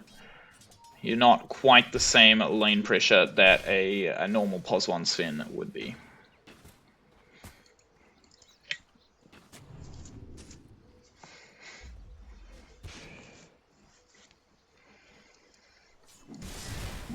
Bubble's getting close. She has her Iron Talon again as well. Just helping out a lot with the farm. Vampire Fang, Snapfire getting some extra night vision. Sven with the, oh, we've looked at the Philostone, with the Drum going the Pipe as well. I mean, this is just such a difference. We've got the Sven has Drum going for Pipe. You've got the Dawn has Solar Guardian going for the Crimson Guard. You've got so much of this just sustain coming out from the side of Sweetbix, and when you look at Radiant, Pikachu Club, you've got the disruption. It's a save, but outside of that, you're not looking at having any big team fight auras. They've got to get through these team fights just with spell usage, just with finding good targets. They can't it's a lot harder for them to bait. It's a lot harder for them to have someone sitting in the front that can just tank some hits. So it does make it a little bit harder for Pikachu Club to choose which engagements to take. Nice pressure on bottom, but there's the Blink, the Unstable Concussion, the Dawn ulti's coming in, the Linken's pays off instantly, and Ice Bear is there to help Magic clean up the Windrunner. There is a smoke on the other side. Looney might get caught in mid. There is a Blink on the Sand King. They're going to go for... And that's a free kill as well. Once again, a great trades. Smokes from both sides. Pulling in kills across the board.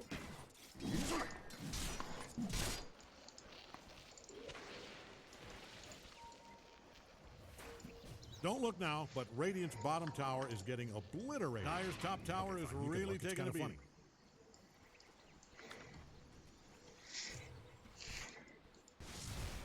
Oh, another D-Ward for a little egg. Looking for some stacks.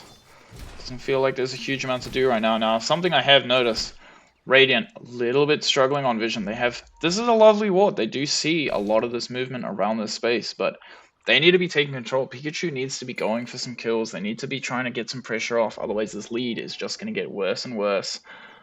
This is a hard game for them to sit back and sit on the high ground. So maybe when we get this windy BKB, we might see them go look for a fight. You could always look for the Dawnbreaker. Will often be playing by herself, just because that Solar Garden gives her that global presence. But we want to see Pikachu move for something at some point.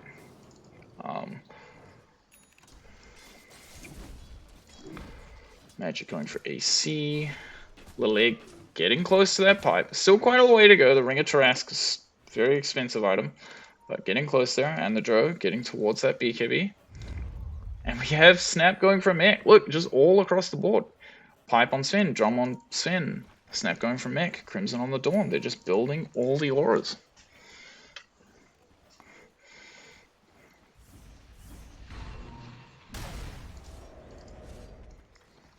We're looking at mid. Windy's being caught. No BKB just yet. It's on her Courier on the way. Horrible feeling when you know that your BKB is coming and you just can't react because it's not there yet. Great kill from Sweetpix. Big TP out as well. Helium getting out just in time. Sand King looking for some pressure on the Dro, but doesn't quite get the solo kill. Doesn't commit the ulti. We might be seeing a Roshan attempt here, I think, from Sweetpix.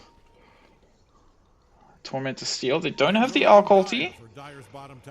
No Alk ulti. Helium is close. It's not going to do anything there. Crimson Guard. The Crimson Guard just makes Torment to not do damage. Look at that. Just clean gameplay. And Looney is in the pit, tanking with her illusions while she waits for her team to be there. Tank with her. It's going to be a stolen Tormentor. It's going to be a Roshan. We have Ning Incinerator in this bottom lane, shoving it out, doing as much as she can. But it is looking like we're just in a rough spot here for Pikachu still.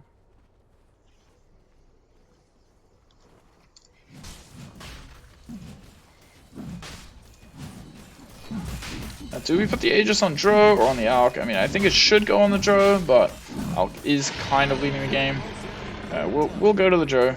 Should we get this BKB? She'll be able to hit the towers. Alk can sit behind, pushing out waves, farming up a storm, being ready for the fight if one happens while they're sieging. Sand King in bottom does have ulti. Ice Bear's going to show on this wave. No BKB. Any more heroes? Could be doable.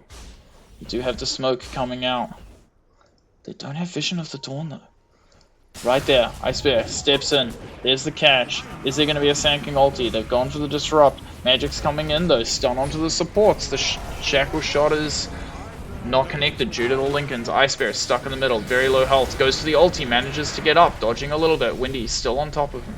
Still on top of her. Ice Bear will probably go down. Helium on the back though. And Windy will drop to the stun of the Alchemist. So it's a 2-for-1. Zero Kill will also just get sniped by a Dro shot, which will be enough to slow her down. Picking up 3 kills there for Sweetpix. Bubbles in the top lane, gonna shove it out.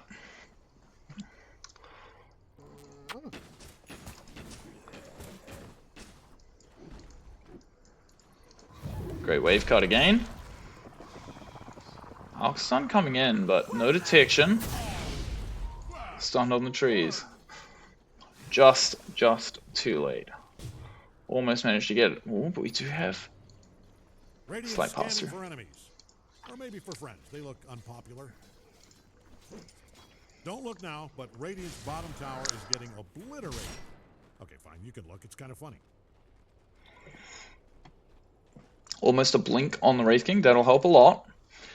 Helium going for the Wisdom Rune. We have the 28-minute Wisdom Rune taken bottom by Magic again, sitting on level 21. Has that minus 1 second base attack time. Makes a big difference to your damage. And picks up a Cornucopia.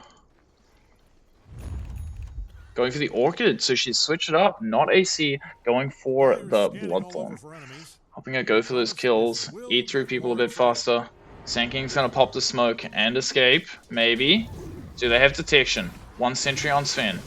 Sand King blinks out just in time, hides in the trees. TP's out. Great Oh, it stun hits. The Orchid's there. The Yules is in. Stun into the tree. Stun into the Alk. Alk won't get the stun off. Alk stuns herself. But can Sand King escape? You've got a little egg sitting on top of her. Stun in 1 second. That's going to be a dead Sand King. Amazing ward on the cliff. Just giving vision. The stun hitting 0.2 of a second before the TP finished. Looks like the Dire figured out Wendy where is Radiant's top spotted, tower is. but there won't be any pressure. Drow image is touching the top tower.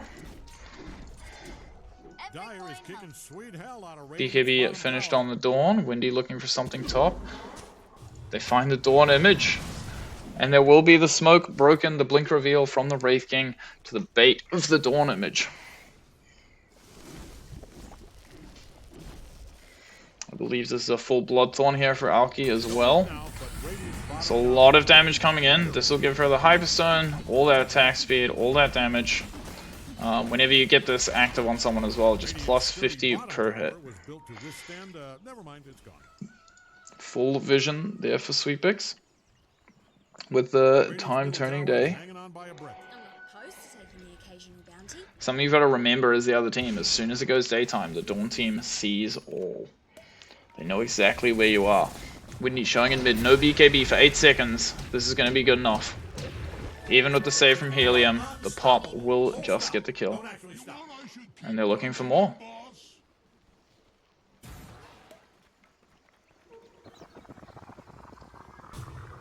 If you're in the vicinity of Dire's top tower, 50-50. on a hard hit. Goes for the bottom side. Nice juke by Helium.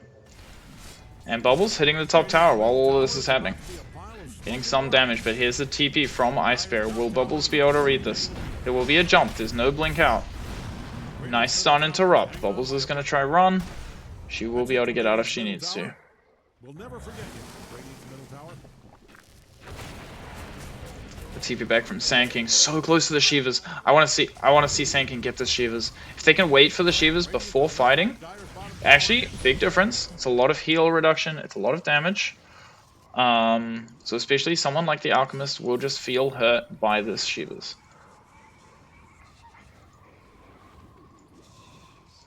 Looks like there will be a smoke from Pikachu Club here. Maybe after this next wave. They're all grouping up. They have the smoke ready on the Windrunner as well. Oh, yeah. They're going to go for it just before. Probably need to see them wrap around. They're going to need to catch the Svan. They're going to need to catch the Snapfire. Get rid of the supports early.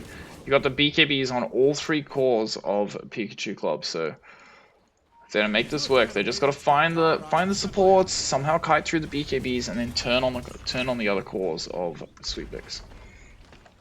Helium trying to lead the charge, but Unless it's basketball. Hoodwink is quite scrishing. Radiant's top tower has bit the big biscuit. But if I was, I'd bet on Radiant's top tower coming down. Dire's courier has lost its brave battle with a bunch of swords and fireballs. Lots of TPs back. Taken too soon. When are you running for the courier? Magic has the stun up and ready. Looks like Dire's courier. BKB TP out from the Windy. Good commitment.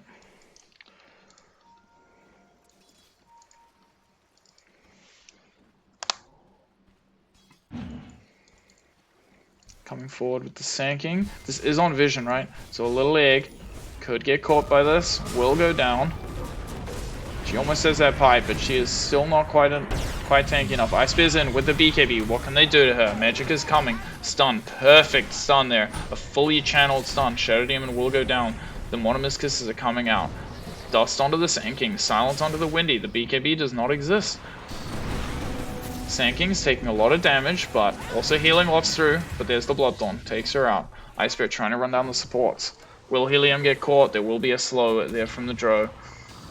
And Helium will also go down. Also, just so you know, I have called the blitz. Sweetbix might be going for some high ground play here.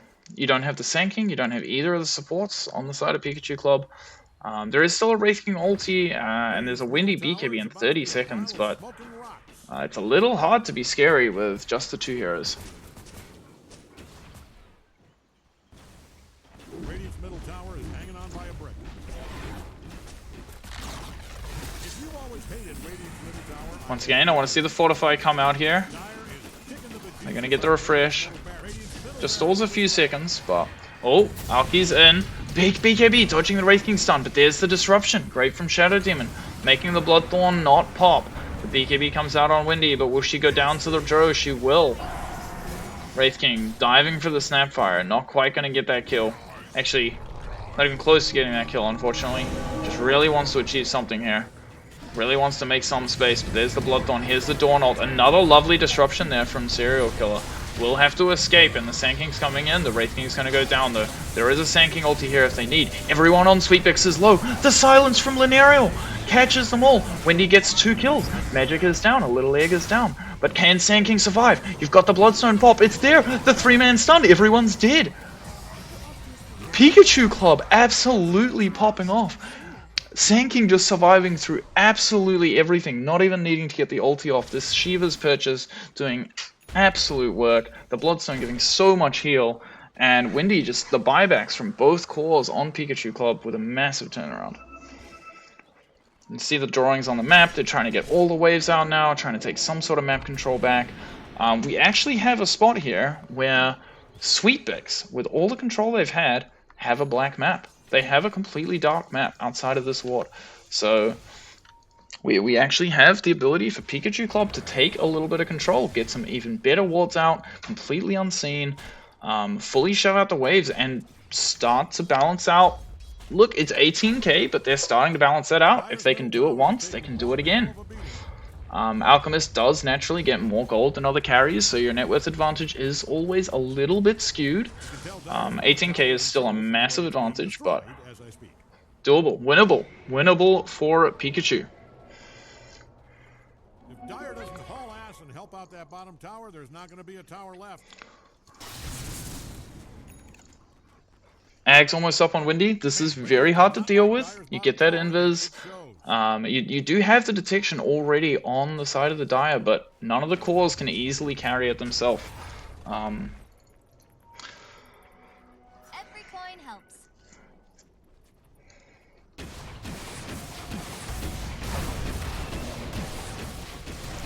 Another Tormentor going the way of Sweetbix. Oof. Alchemist gets the Berserk Potion. Oh wait, does that mean that everyone just has their shard? I think it does. The entire team of Sweetbix has a shard now. Ooh, Serial Killer sitting on 3,000 gold, actually. Could be quite big. Could get something here, some sort of support item. You could look for the Ags even to be a little bit more aggressive. But there could be an aura item for the Shadow Demon. You could have like a Solar Crest. Get like a Yules just to try stall out a little bit more. Even an Aether Lens just to make sure she can always get those disruptions off, because sometimes at some point they're going to start diving her. She just keeps saving people, so. Looney, what? You're blocking Roshan. Berserk Potion onto the Drow. Magic onto the cliff, can't attack. This will be a Roshan with a Roshan's banner. So they get the Aegis and they get the Roshan's banner this time, which actually makes a huge difference to pushing. Especially when the creeps are dying to random AoE stuff and it's not a hero that can drag the creeps off easily. Radiant doesn't have the greatest ways of actually killing the banner. So a banner might make a big difference to a high ground push. Magic pushing out top wave, very close to 25. Drow very close to a butterfly as well. But it does look like they're just going to push. Ice Bear's being caught, the shackle on the trees, the SD ulti comes out, the chain stun from the Wraith King and the Sand King. That's a kill. Pikachu Club pulling it back.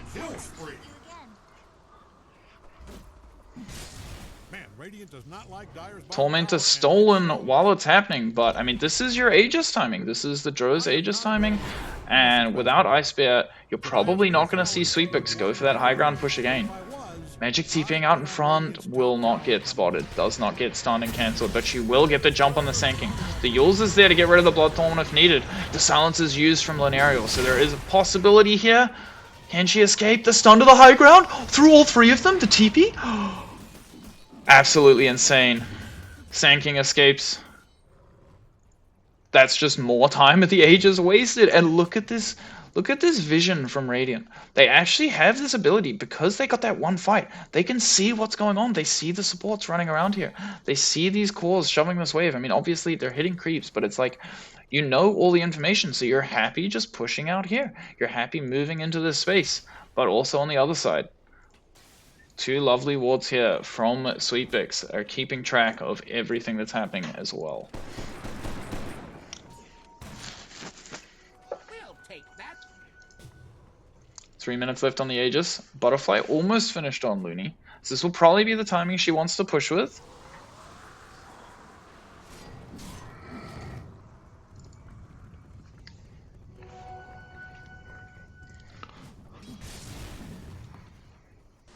Will Ice Bear get caught? She's always trying to play the split push game, set up for the team. But Magic on the back, getting the Shadow Demon, great pick. Zero Killer has been an absolute menace with these disruptions, making Sweetbix games so hard. So great hero to find.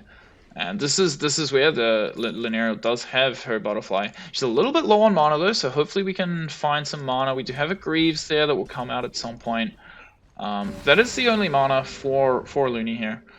So just 400, she's got to maybe be a little bit careful how often she uses multi-shot, just possibly preserve some, but I mean, also, you have that Aegis, so if you do run out, you can kind of just die. You kind of can just siege as well, with that Berserk Potion, with the Manta, just hitting the tower.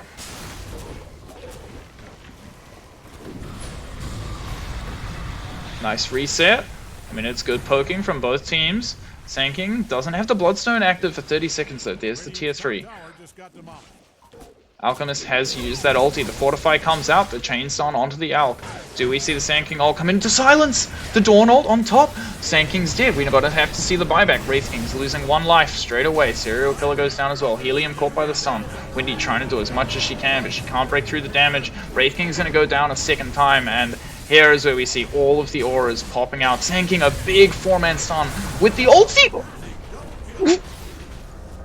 What? Sanking with the Stinger, just absolutely cleaning house. What just happened? Everyone just popped. Looney BKBs and TVs out after the Aegis, so like honestly kind of lucky that she saved her BKB there, because in most situations you just pop it, win the fight, feel in control. But having it still up does mean she gets the TP to safety. And now Sweetbix, they're going to question it next time they go high ground. Like, they do have the buyback out from that Sanking, but that's twice now that they have just popped. Invisibility.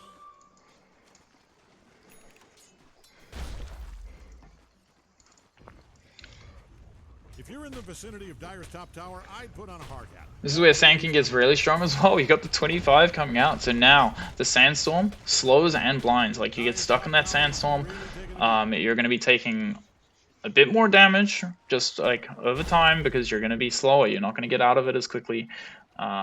Even Dro with that marksmanship, you're still going to miss every now and again. It's not a pure hit through. But Sanking now also with the Wind Waker, so not as dead if she gets caught by a stun or a silence. She can actually move with the Wind Waker and get herself to a safety spot.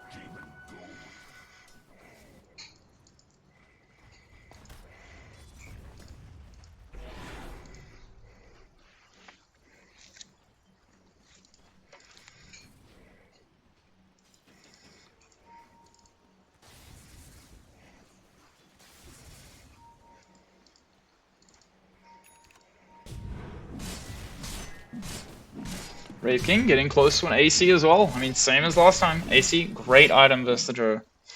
So we will be seeing that make a big difference if it comes up in time. But here's the smoke from Sweetbix. They want to keep the pressure up. They don't have a Roshan for at least 2 minutes, but they want to try find the Sanking. They want to try find one of these heroes that's just bought back for the side of Pikachu. Where do we see buybacks here?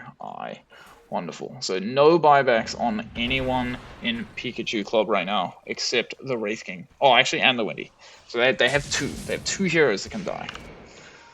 The rest are all very scary.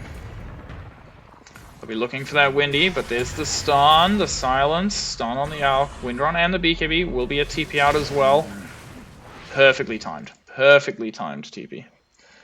1 millisecond later, that Sven stun would have clicked in. We have the Alchemist TP bottom.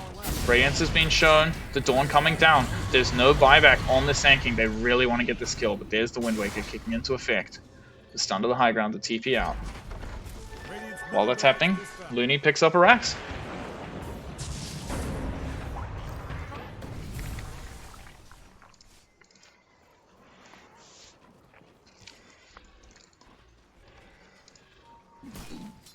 This game is actually getting really close. Only a 13k advantage for Sweetpix here. That might sound crazy, but a lot of it's on Alchemist. You've got an 8k difference from Alchemist to Sand King, and we've started seeing things like power treads in the backpack.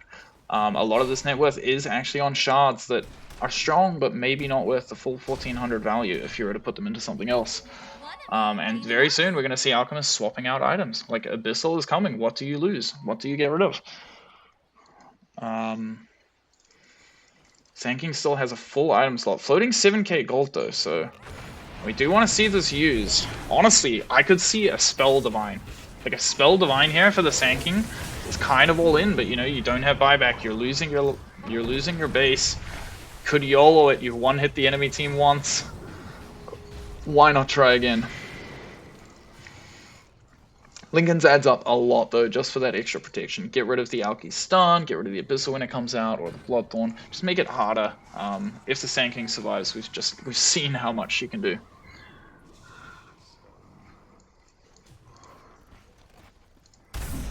And once again, everyone taking a bit of a back foot. Pikachu Club are falling a little bit behind in farm here though. They still have 4 heroes near the base, so Windy doing her best to try shove out some waves, keep some pressure on the map, make sure the farm is still ticking up. Lotus coming out on the Snapfire sometime soon. A Daedalus finished on Looney here as well, so once again, Joe's damage through the roof suddenly. You've got this Daedalus, you can start 2-3 shotting people.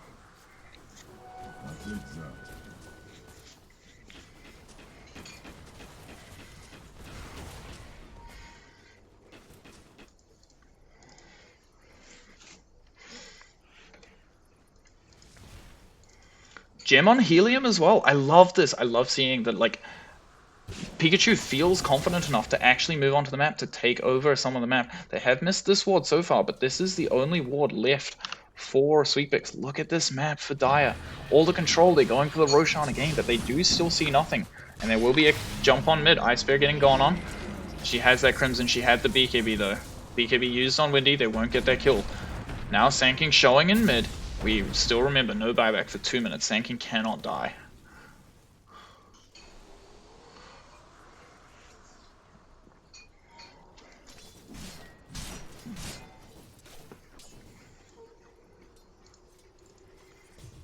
And the crits started to come out on the Hoodwink.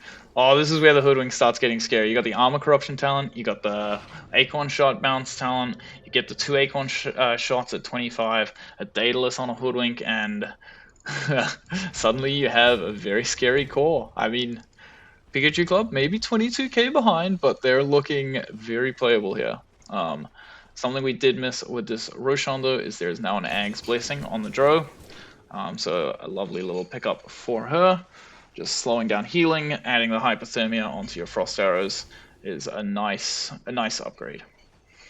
Bit of extra damage, bit of extra slow, bit of healing reduction. And a much better wave popping multi-shot. The TPs are coming back from Pikachu now. They're still missing their Sand King, they're still missing their Windy, so we don't want to see them engage just yet. Looney has that Lincoln's given to her by Magic. And they're just going to siege with this, with the Aegis, with... I mean, they can just keep doing this. Wait for Glacier. Wait for Glacier, wait for Lincoln's, siege. Very, very, very difficult for Pikachu Club to actually stop that. Sperry Sips ward doesn't get punished. Nice ward on the high ground. Will it get dewarded? They have the gem. It will. Magic's in though. No BKB used. You can see the slow from that Sand King coming out. Bubbles. The Dawn ulti on everyone is big, but there's no BKB now on the Alchemist. Sand King is in, has the Wind Waker, will have to use it to get away. There is a disruption behind as well. Magic's looking to jump in, get the stun onto the Windy. There is a BKB there, but the Rex has gone down. Dawn jumps in, big jump from Sand King. Catch on everyone, Dro loses 1 life. Magic has no BKB here. Magic goes down. There's still an ulti on the Wraith King. Ice Bear's looking low. Can Sand King do this? Dro's stuck in the middle. Has BKB, but can she fight everyone? Serial Killer down. Both supports down. The Sand King dies. Looney, she does it. Bubbles low. Wraith King doesn't do enough. Can she get a kill through the Wraith form? She will. Dro goes down. Incinerator is back in, and it's a full swing. We have a buyback on the Alchemist. There is a win condition suddenly for Pikachu Club. If they can kill Magic, they can actually end this game. And once again, the fight looks so good for them. It turns with the Dro, and then Sand King comes back, Helium comes back, and everyone dies again. That is only 1 Rax remaining, though. Pikachu Club sitting on just a couple of buildings. They have to be careful about that. Actually, this is a 7k swing. Oh, not quite a 7k swing. A 5.5k swing. Huge XP change. Like, both teams are getting so much experience. I mean, what are we looking at here? Do we see levels? 23 Hoodwink, 22 Shadow Demon, 24 Wraith King, closing on that 25. Windy's now got your 25 talent as well. So you're looking at the reset from Focus Fire. Now she can just back-to-back Focus Fire kill people. Dawnbreaker has that 25 also, so very low cooldown Starbreaker. And Joe had it before, but the higher marksmanship chance, just a bit of extra damage. And we see the high ground touch. Pikachu's poking it. Now we do have to be careful here. Incinerator does not have buyback. She is 100% required for these fights. So much of the damage coming out from Sand King.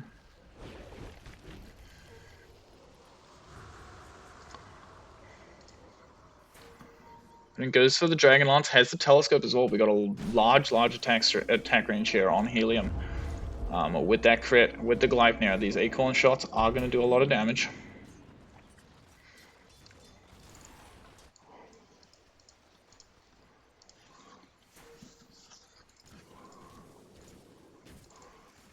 And we now have Sand King Ags coming out. Has she bought it all? We have the point booster, yep. So there is a Sand King Ags purchase. It looks like she's trying to get the Blessing. She's re-queued up an Ags. I imagine that's the Blessing. Yep. So 400 gold until Sand King has Ags. Now, for people who don't know, these fights have been like the Stinger and the Caustic Pops on heroes is a lot of the damage that's coming out. And when you get the Ags, you get the Epicenter, you get just 3 extra Stinger attacks. So, like, if another fight happens the same way that they've been happening, this just amplifies Sand King's damage by, like, just a lot. Like, if they get another stack up, if they get that big stun, the 4-man stun, the big stinger on all, the epicenter on all, it is just going to be another massacre. Sweet Picks have to be so careful how they use their BKBs, and they have to be so careful with this Alchemist's life. 5 minutes. Bubbles pops the smoke. She's seen on the low ground, but it is a Wraith King. She respawns here. She pops the BKB straight away, so she won't have the BKB on respawn. Helium goes down on the back as well. Great catch by Magic. The Dawn ulti won't be enough to save the snap, but it will be enough to stun the Windrunner. Windrunner has that buyback if need be. And it probably will be needed just to defend the base here, because Serial Killer is going to go down. This is going to be a 2v5, possibly a 3v5 if Windy wants to buy back. Well, I guess 4. Don't have the snap. Alchemist does still have BKB though, so lovely play there. Going for the support, getting the Hoodwink, saving that BKB. Joe is still susceptible though. No BKB, but Lincolns pop! The big Lincolns. Jump in mid. Ice Bear taking a lot of damage, but there's the Rax, there's Megas. Sweet Pix is very happy just escaping here, waiting for the next Roshan. They're gonna look, Bubbles goes on Alk, Lincolns pops it. No ulti, no Wraith King ulti. Does have buyback on the Wraith King though. No Wind Waker here though. She used it to protect the Wraith King. Has to be careful. The Epicenter could come in. Here's the blink in. Here's the Sandstorm. Will it be enough? The Dro does too much damage. So close and so well played by Pikachu Club. Pulling back from the depths of despair. Well, well played to Sweet Pix. Taking out the series 2-0.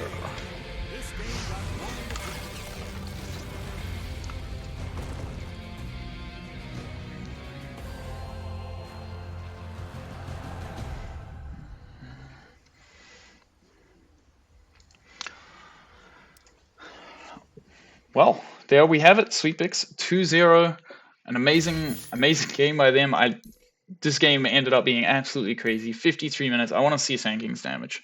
Can we see here? Let's go back to this. 54,000 damage. More than the Drow, more than the Alchemist. Absolutely crazy. Oh, what a comeback. Wait. This graph, I mean, it doesn't look crazy, but it's like this net worth lead is so steady, so just like downward spiraling for Pikachu Club. And then having these big turnarounds is like, it's just insane. Like, they were so far behind. This is like 20k net worth behind at 35 minutes versus an Aegis, and they just almost swing XP back to even. Absolutely crazy.